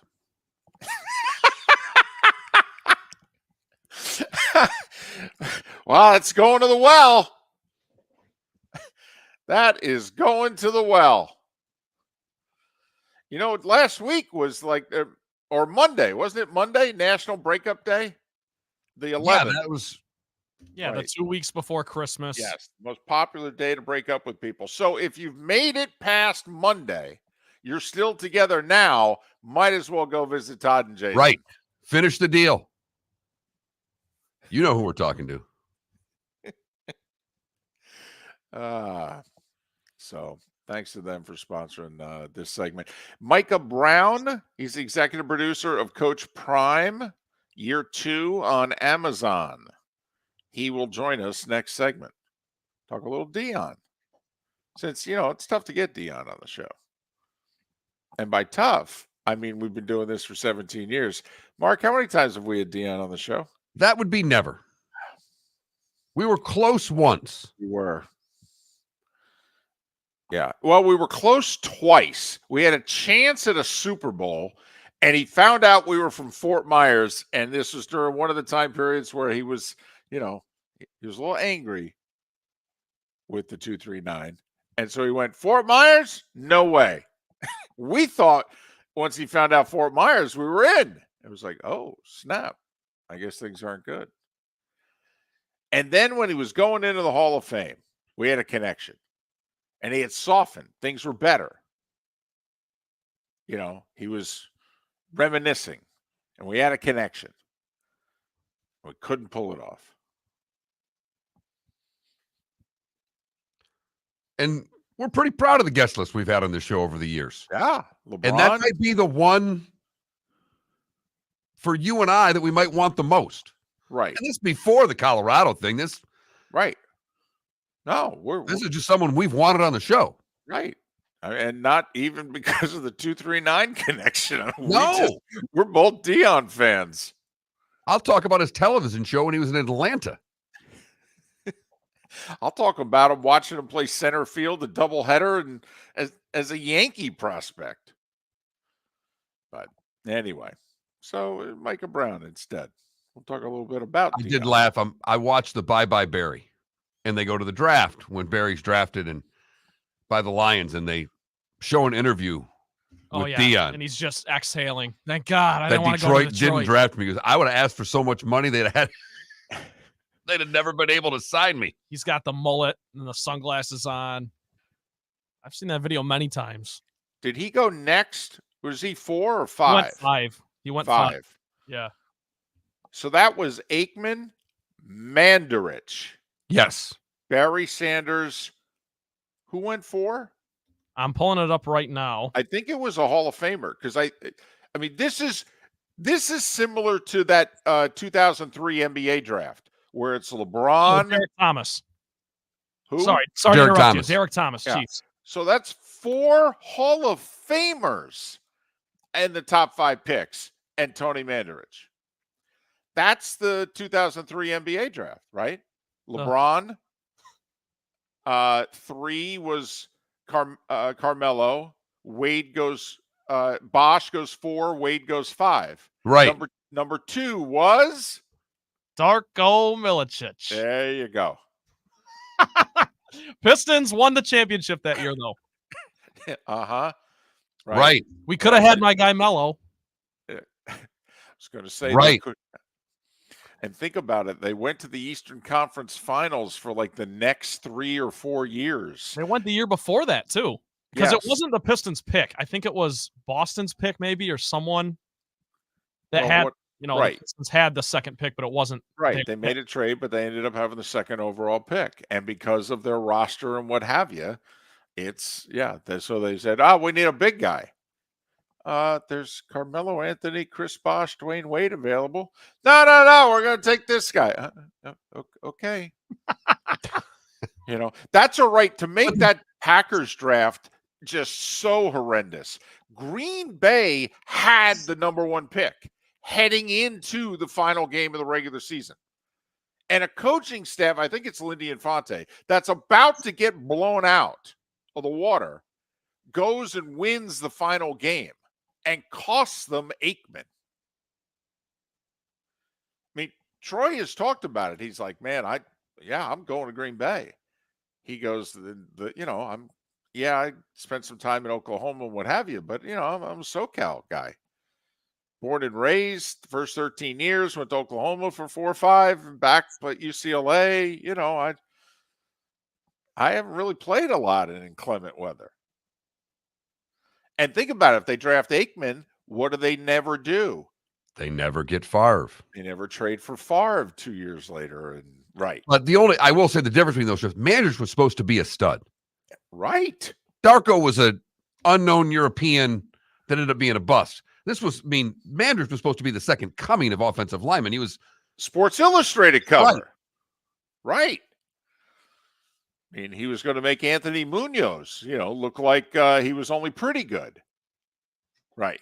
The only problem is he had ingested every steroid in East Lansing prior to that, and they were testing for that a little more regularly. Yes. And then all of a sudden the NFL said, we're not going to let you do that here. Oh, wait, what? But think about that. Aikman, Sanders, Derek Thomas, Deion Sanders. Ouch. It's probably why 2 years later they hired Ron Wolf. I'm just saying. True Mandarich story, because I was at Michigan State when he was there. My roommate in college was a bodybuilder. Obviously in unbelievable shape, great genetics. Kid looked great. And there was a heavy metal bar that Mandarich hung out in. His roommate was a suite mate of this guy, Ross. And introduced Ross to Mandarich for the first time. Mandarich looked at him, said hello, looked at his buddy, went, wow, he'd be a great specimen.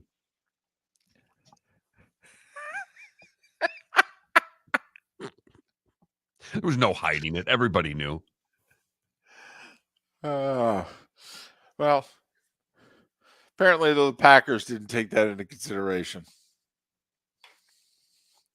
So, anyway, Coach Prime, Micah Brown, executive producer, coming up in less than 10 minutes time, or about 10 minutes time. Anyway, so what do you think about the NFL playing in Brazil? Yes, no, maybe so.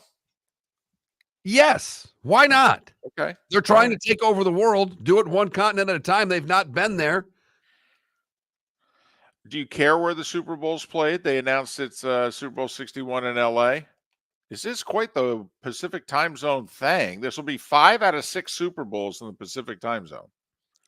You know, Radio Row's died, so I don't care as much. But since we've done mornings, we haven't had a chance really to do Radio Row. Well, we had one, and they had the pandemic. Right. Tampa. So from a selfish standpoint, I would love to see one a little closer to home that we could participate in Super Bowl week again, because I've had a lot of fun over the years when we've been able to do that. So that's the only reason. Doing mornings and being out west doesn't, Vegas intrigues me, but from a personal standpoint, it would be difficult for us to pull off a show doing mornings when they'd be starting at 3 a.m. out there. ESPN made a big deal yesterday about the SEC football schedule release for next year. And while there are some, very sexy matchups, Alabama's got to go to Oklahoma, Georgia has to go to Texas, Georgia and Alabama are going to play each other, right? Georgia, by the way, also non-conference plays Clemson, and Alabama visits Wisconsin in non-conference. That's interesting.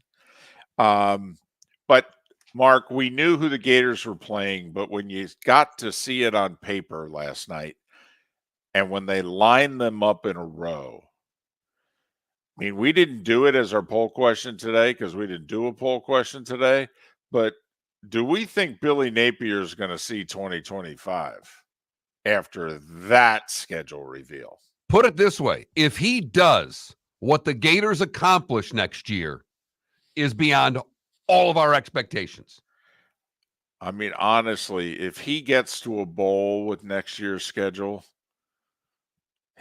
he and they have done okay. They really have. All right. Yes. Will they be favored against Miami? I think by less than 3, yes. Be favored against Samford, obviously. Will they be favored against A&M? Oof. Right. Will they be favored against Mississippi State? Yes. They'll be favored against UCF. They won't be favored at Kentucky. Or at Tennessee, rather. Uh-huh. Favored maybe against Kentucky at home? Well, it depends on how they're doing. And then where do you see them being favored in the Georgia at Texas, LSU, Ole Miss at Florida State run? I mean, here's the thing, though. Let's project forward. While I don't think Georgia will be as good next year as they were this year, they're going to clearly be better than Florida. I don't know if Texas next year will be as good as Texas this year, although the word is Quinn Ewers is coming back. But they'll clearly be better than Florida. LSU, they'll miss the quarterback, but they'll be better most other places. So they'll certainly be better than Florida. Ole Miss, Lane can really coach. If you don't think he can coach, that's a you problem. Ole Miss is going to be better than Florida next year. And Florida State's going to be better than Florida next year. That's their last 5. Oh, boy. I mean, hell, we thought their final 5 this year was daunting, and that had Arkansas and Missouri on it. Schedule makers did the Gators no favors in how they stacked this up. And Scott Strickland didn't do his guy any favors either. He's like, you know what I think I'm going to do, Billy? Along with Florida State, how about if you play Miami and UCF? Huh? Well, the last 2 at home. We need to sell season tickets. Got to go 2-1 in the in-state games, David. Have to go 2-1 in the in-state games. I think they have to beat Miami week 1. I really do. Miller and Moulton. Micah Brown, executive producer of Coach Prime, is next. Located on the East Trail, locally owned Naples Tiki Bar and Grill is an outdoor eatery next to the Hitching Post Shopping Center. Island-inspired food with a true tiki theme. The best place in Naples to enjoy the beautiful weather in Southwest Florida. The Naples Tiki Bar and Grill offers a great menu for dine-in or takeout. Enjoy our famous pulled pork, huge burgers, and tiki bar cocktails. Don't miss happy hour every day from 3 to 6 and live music 7 days a week. See you soon at the Naples Tiki Bar and Grill, 11498 Tamiami Trail East. The law firm of Michael F. Hornung specializes in criminal defense, DUI, personal injury, nursing home claims, and auto accidents. I'm a former prosecutor with over 34 years of experience. The information I know is information you need to know. If you've been arrested for a DUI, time is of the essence to maintain your driving privileges. Call the law firm of Michael F. Hornung for a free consultation. At the law firm of Michael F. Hornung, we are committed to excellence in your representation. Being a local attorney with local knowledge is clutch to the success of your case. For over 30 years, we have successfully represented the citizens of Southwest Florida. For a free consultation, call 239-437-0095. That's 239-437-0095. Our offices are conveniently located in Fort Myers. Visit online at mfh-law.com. Hello, friends and family of Southwest Florida. Are you looking to tap into the electric vehicle market? Well, look no further, because we here at Southwest Florida Golf Carts have just what you need. E-bikes, golf carts, LSVs, scooters, and more. Come down and talk with one of our experienced sales reps, have a soda and a smile, and you could be cruising the streets in your new EV today. Stop by the store or visit our website at flgolfcarts.com and enter for a chance to win $100 off your next purchase by answering John's monthly sports question. You are listening to Miller and Moulton on the Florida Sports Network.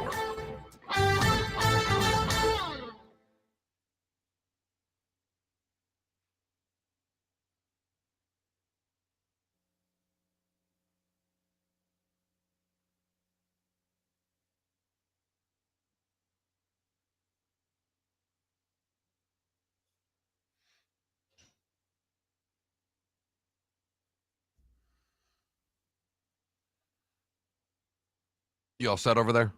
Yeah.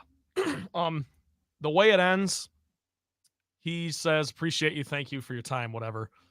Okay. It's a little awkward, but it'll do. It's fine. It's 8:15 long, so it'll only be a minute 45 of live filler. I just hope the computer doesn't freeze up. That's my one concern, but I think we'll be okay.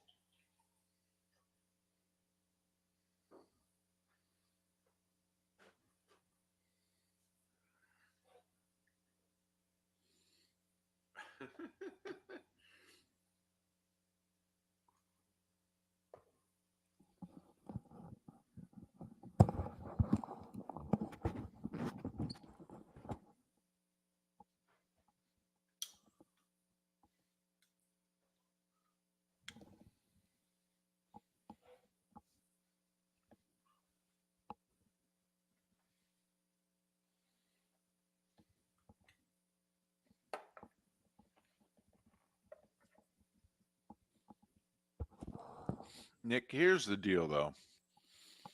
As T. Haynes says on top of you in the Twitch chat room, Strickland can't fire Napier because he's firing himself.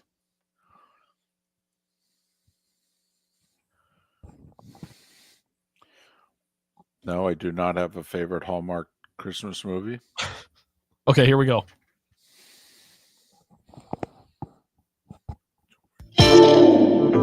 Welcome to the bonus hour, brought to you by Jason and Todd at the Diamond District.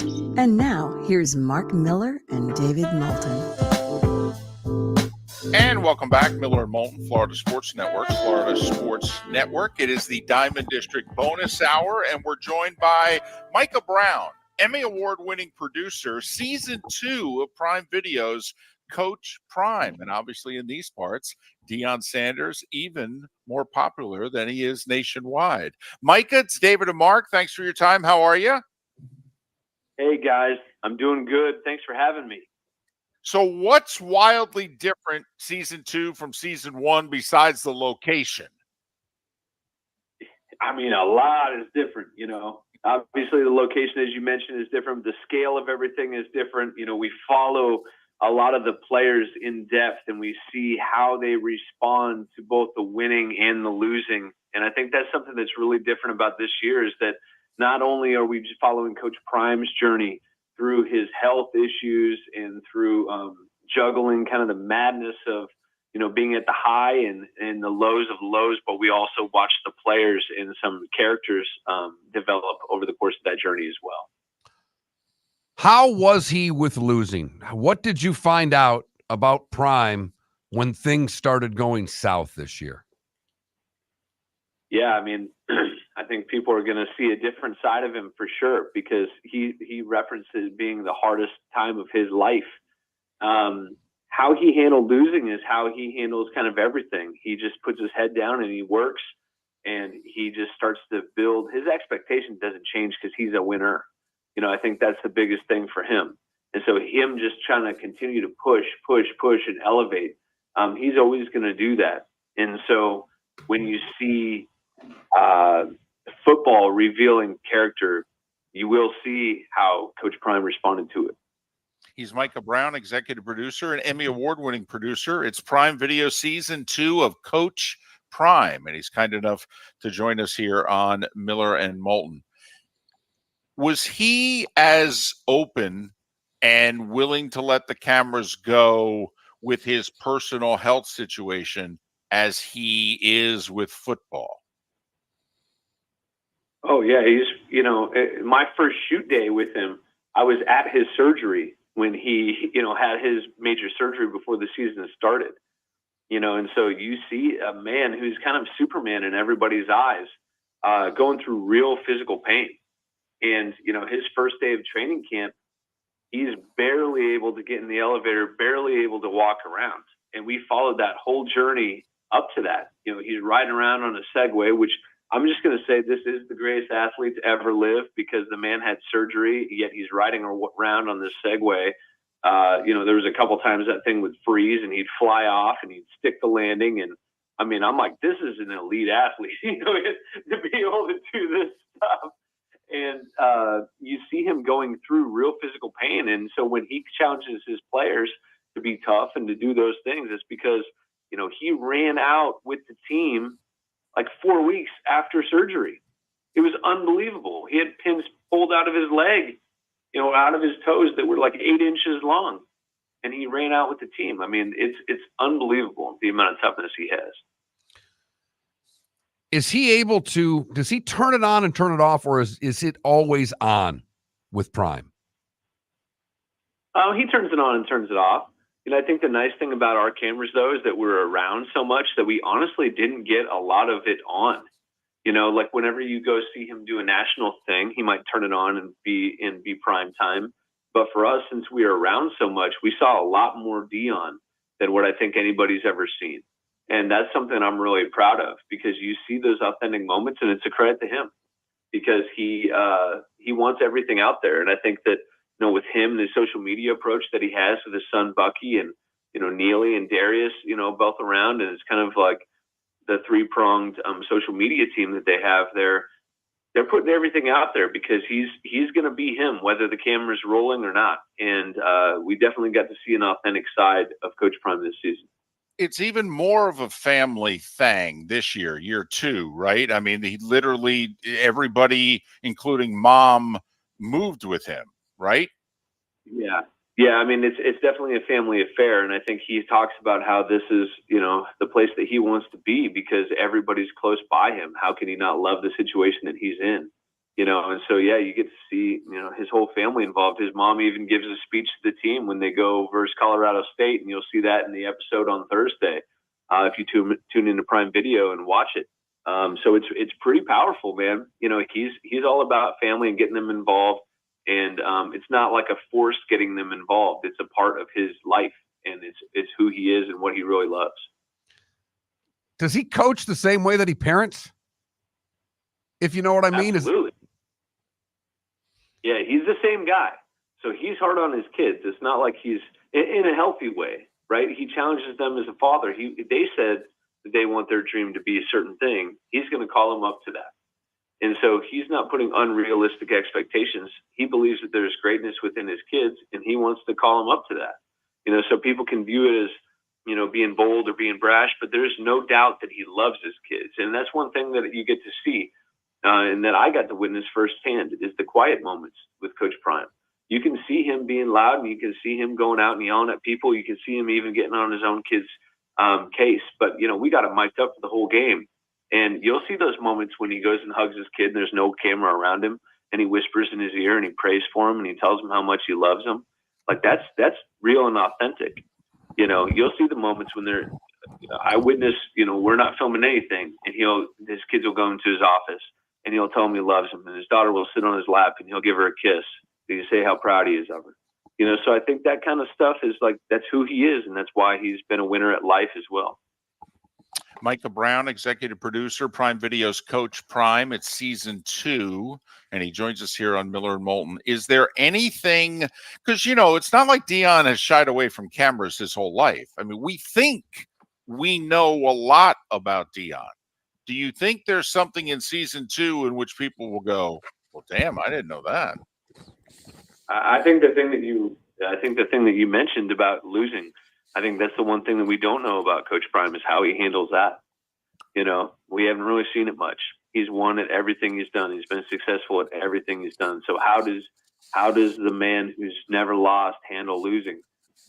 Were his expectations too high? Did he have to temper his expectations as this was going on?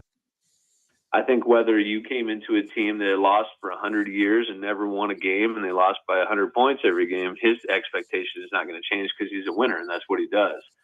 So I don't know that his expectations were too high. I think other people's expectations might have been too high when they started out at 3-0. And, that's just how fans are. Fans go in and they go, oh, my God, they're going to win the national championship.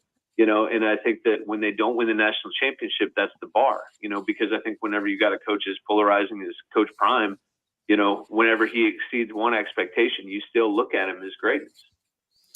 Well, Micah, based on the TV ratings, we know people are very interested in Coach Prime, and now they'll be able to watch season 2 of Prime Video's Coach Prime. It is out. Micah Brown, executive producer. Micah, thanks for making time for us. We appreciate it. Continued success. Kidding. Thanks for making time for me. I appreciate you. Micah Brown joining us here on Miller and Moulton.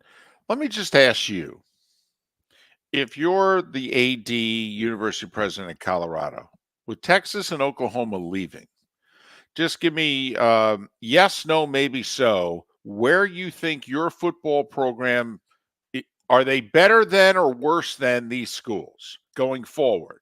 Oklahoma State. On par. Iowa State. Better. Kansas State. Should be better.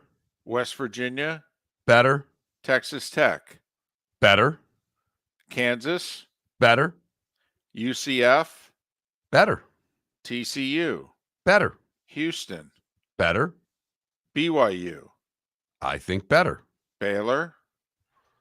About on par. Cincinnati. Better. And then your other Pac-12 schools that are coming, the Arizonas and Utah. So you're basically saying we should be top 3 in this league. Absolutely. Absolutely. And that's where they were when they were in the old Big 8. So maybe it's time for Colorado to make a comeback. Thanks for listening. Miller and Moulton. Visit Jason and Todd at the Diamond District. Hey, y'all, it's Ben Allen. When it comes to singing and performing live shows, I'm in my comfort zone. When it comes to wanting to surprise my wife with diamonds, I'm a bit lost. That's why I go see my friends Jason and Todd at the Diamond District. Jason and Todd helped me blow my wife away when we got engaged, and I've been applauding them ever since. If you're in the market for diamonds this holiday season, Southwest Florida has been giving Jason and Todd a standing ovation for over 20 years. Go see them and let Jason and Todd know that Ben Allen sent you. Thanks, Ben. We're proud of you and your accomplishments and thrilled that you are part of our Diamond District family. This holiday season, visit Jason and me at the Diamond District. We look forward to shaking your hand and welcoming you to our Diamond District family. Visit Jason and Todd at the Diamond District. The law firm of Michael F. Hornung specializes in criminal defense, DUI, personal injury, nursing home claims, and auto accidents. I'm a former prosecutor with over 34 years of experience. The information I know is information you need to know. If you've been arrested for a DUI, time is of the essence to maintain your driving privileges. Call the law firm of Michael F. Hornung for a free consultation. At the law firm of Michael F. Hornung, we are committed to excellence in your representation. Being a local attorney with local knowledge is clutch to the success of your case. For over 30 years, we have successfully represented the citizens of Southwest Florida. For a free consultation, call 239-437-0095. That's 239-437-0095. Our offices are conveniently located in Fort Myers. Visit online at mfh-law.com. You are listening to Miller and Moulton on the Florida Sports Network.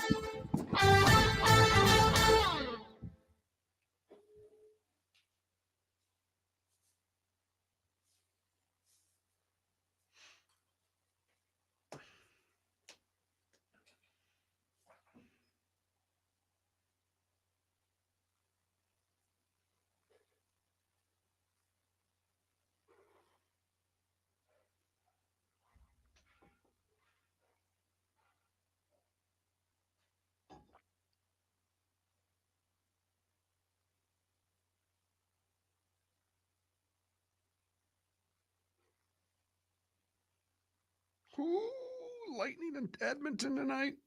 That's a good one.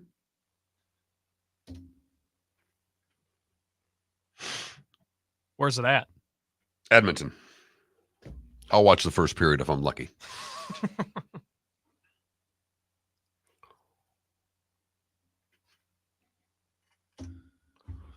Well, I'm meeting a buddy for lunch, which could turn into 6 beers at lunch. So Yeah. that's the problem. One of those days, huh? I'm hoping no, because I've got soccer practice tonight, but you just never know. I've literally not seen this guy. I bet you I can't even tell you the last time I've seen this guy. Oh, so you know what's coming then.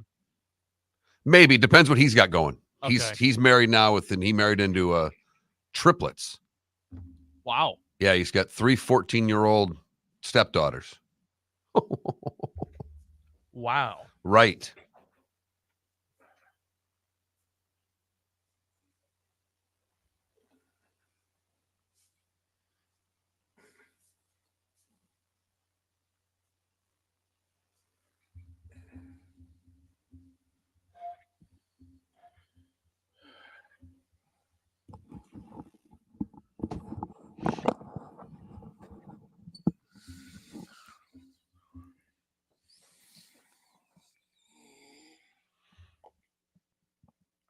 Boy, I'll tell you what. And your team moves out of a city or whatever. I think DC people are hot. Oh, about the Wizards maybe leaving and the Caps. Yeah, both. They're not going that far away, though. I listen. All I'm saying, like I happened to have PTI on yesterday. Yeah, both of them went off. Wilbon went postal. Wilbon went more nuts than Kornheiser.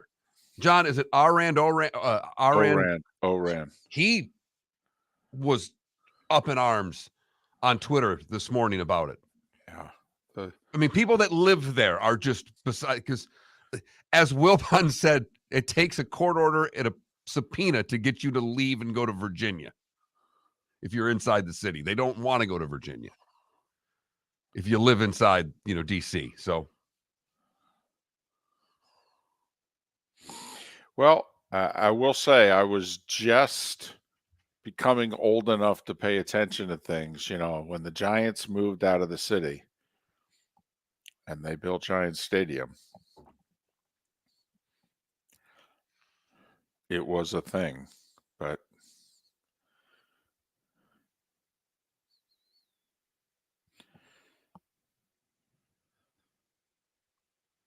Yeah, I don't know if you caught that. Smitty married into triplets. I'm having lunch with Smitty today. He got married. She has triplets. 14-year-old girls. This isn't the one he was with a few years ago, right? No. No. I can't even tell you the last time I'd seen him. So I'm fired up for lunch today. It should be fun. I will say this, though. The NBA is a city game. It is. How many NBA teams play in the suburbs, if you know what I mean? Think about it. Detroit moved back to the city. Philly's moving, but where are they moving? Somewhere else in the city. Right. Well, plus they're getting their own thing. No, See, this is the thing, though, that it's all financial. He's going to own this. I understand that. Right.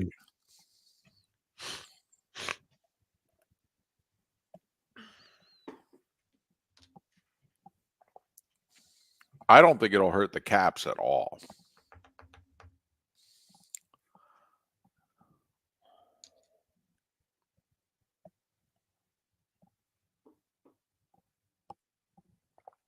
You know what would help the Wizards? How about being good? Here we go.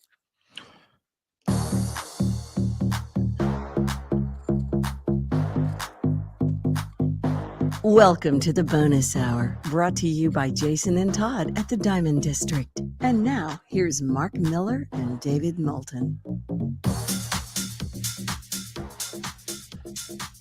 22 minutes until the top of the hour, 16 until we're out of here. The Diamond District bonus hour of Miller and Moulton. Thanks so much for being with us.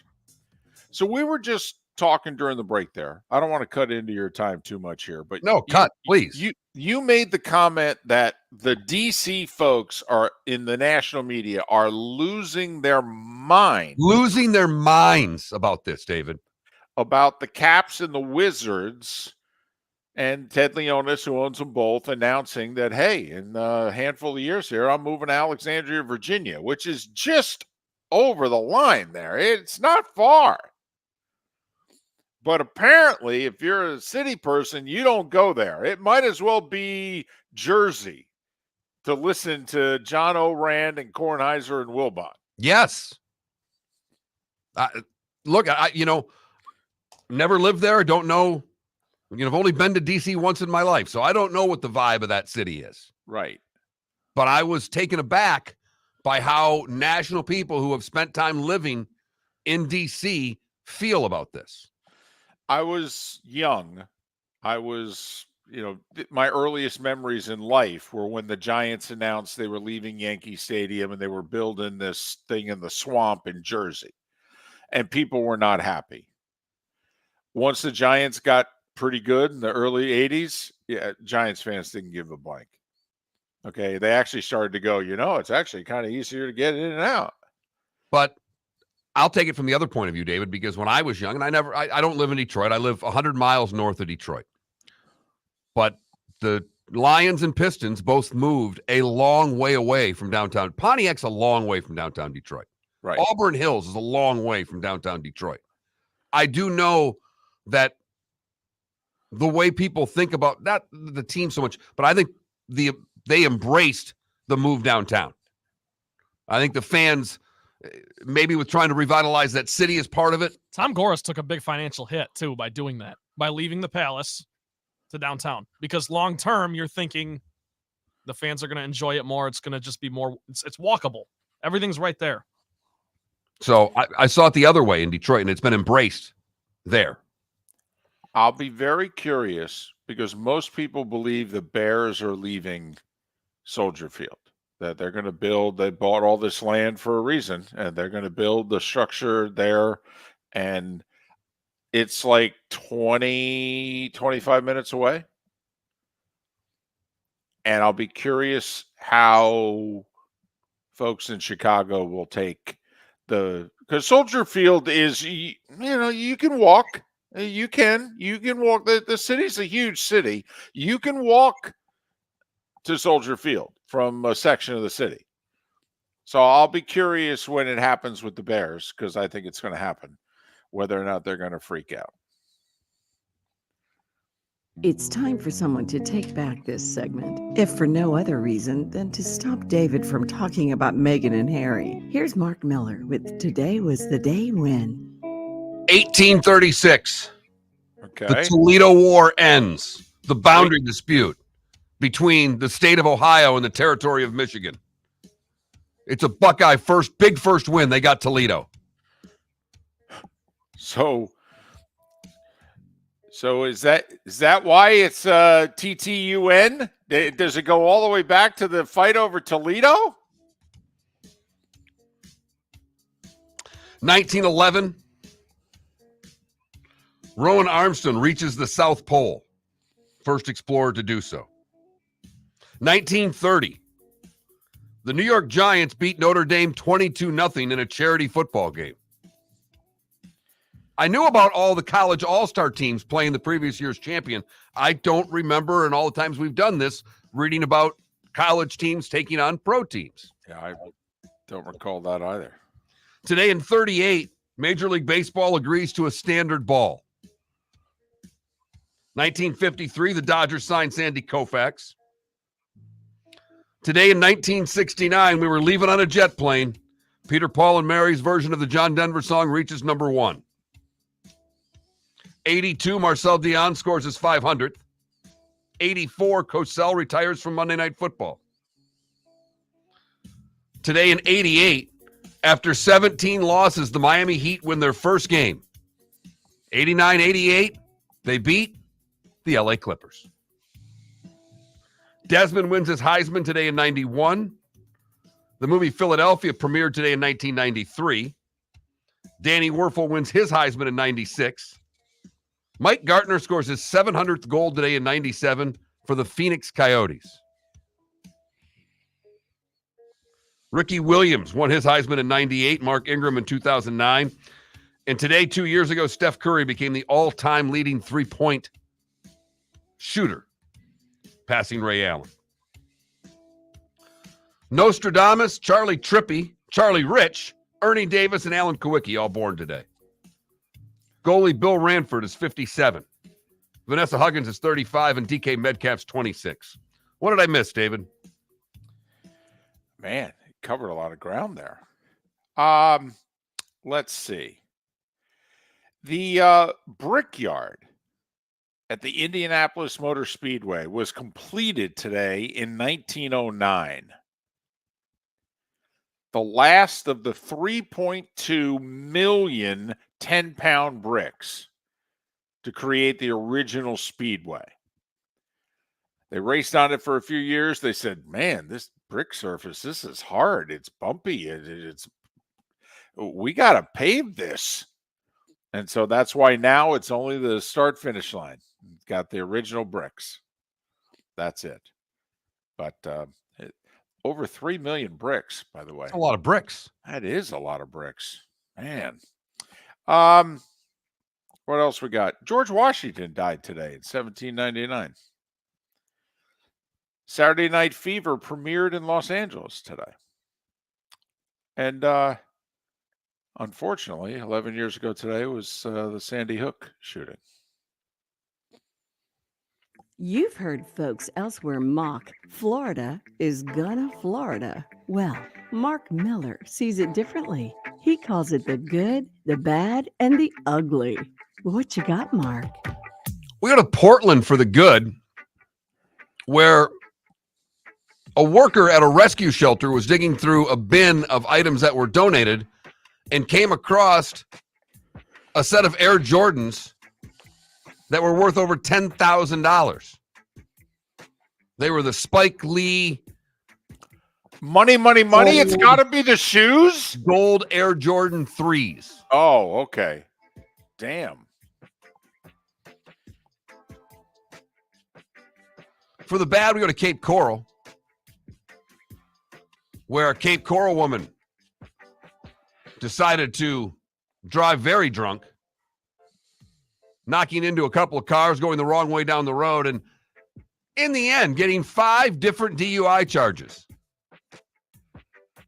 Her breathalyzer revealed that she was 4 times over the legal limit. Whoa. Yeah. For the ugly, we go to Australia, where in Perth, police had to be called in for what they called a standoff between 2 drunk men and police. The drunk men climbed scaffolding and were on top of a roof of a building under construction. The men, who were believed to be in their 20s, fell asleep on the roof of the building. I don't know how much of a standoff it really is when the 2 drunk guys are passed out on the roof. But none of the trades who showed up that morning would go to work because the 2 drunk guys were on it.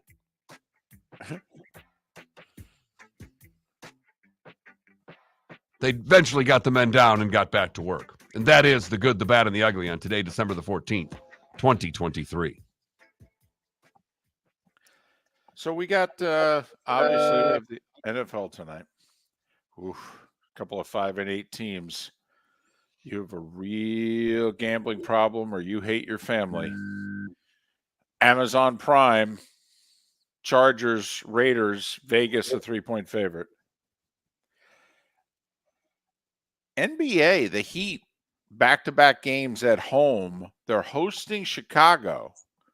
They just beat Charlotte last night. It's interesting. They were 8.5-point favorites over Charlotte. They're only a 3.5-point favorite against the Bulls tonight. That's because the Heat are playing back-to-backs and the Bulls had last night off.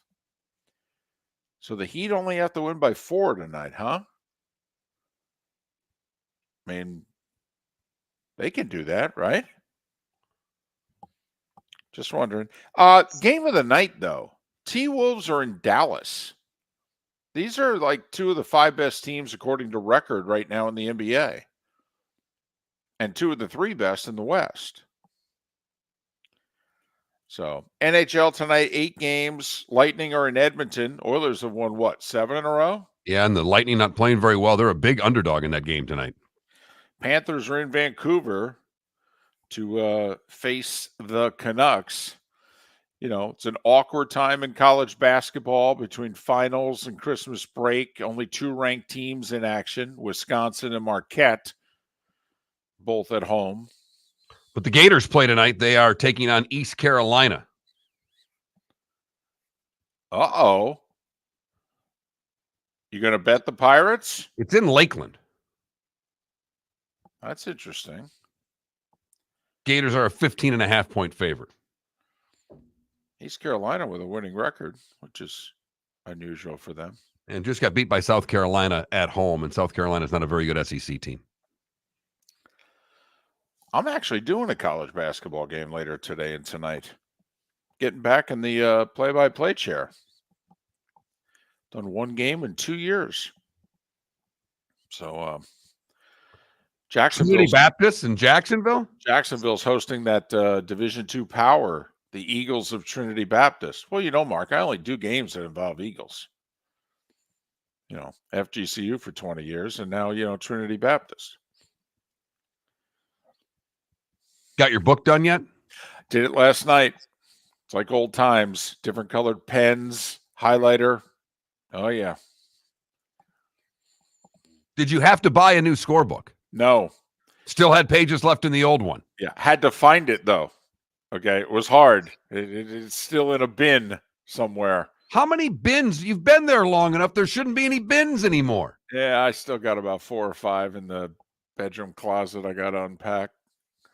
Well, remember, his wife is trying to get rid of all of them because she's unpacking his fall clothes and putting them away for him. I know. I came back from Jersey and there were clothes all over my bed. Apparently, she was looking for our marriage certificate and she found winter clothing. Where was she looking? Like my marriage certificate's going to be in a big bin of sweaters. I wouldn't have the slightest idea. I don't even know if we have a marriage certificate somewhere in our house. You do. I'll tell you what. I'll make you a friendly wager. $20. Your wife knows right where it is. I hope so. Because $20 would tell me I wouldn't be able to find it between now and Christmas. It's a good thing my wife's not listening because I could say something like this. My wife's one of those who acts as if she's going to die in 4 minutes. And so she is constantly walking around the house going, so you need to pay attention to this. And she tells me where all the important documents are. You see this folder? It's got all our passwords. Okay, you see this? It's got our tax info. I'm putting it all down here, okay? And I'm like, are you leaving? Are you going somewhere? So apparently her father was this way. Okay, he just always thought, My mom has shown me those folders, but she's nearly 80, so I expect that out of her. Right. My wife's 53. It's a little disconcerting. I got to be honest. It really is. Right. And so there's planning, and then there's being perhaps over-prepared. Right. And when she's done, I always look right at her and go, I'm dying first, right? Call dibs. Right. No, I got this. I'm older and I eat badly and I don't exercise. I'm going first. Okay. I've planned it and everything. Right. Mm-hmm. So my mother, for the very first time on this Jersey trip, I was sitting in her bedroom. We were talking. She said, that over there down below. Yeah, that's where everything is. I went, oh, okay. That's all you got to say, Mom. And that's it. Yeah. I just, if the time comes, I'll be cleaning out the room. I figure eventually I'll find everything. You don't even have to tell me where it is. I'll find it. Eventually, I'll find everything. I will. I'm going to clean out the room. David, it could take a while. You still have bins in your closet that have been there for over a year. I didn't say I find it quickly. I just said I'd find it. Or my wife will, because I'm dying next. Uplifting version of Miller and Moulton. In case you missed any of the show, download it in all the usual places as long as you're alive to do so. Right. That's how we roll. Life and death, all in the same segment. Miller and Moulton. Have a great rest of your Thursday. A Football Friday edition tomorrow. Miller and Moulton. We'll do it all over again tomorrow at 6 a.m. Thanks for listening. The law firm of Michael F. Hornung specializes in criminal defense, DUI, personal injury, nursing home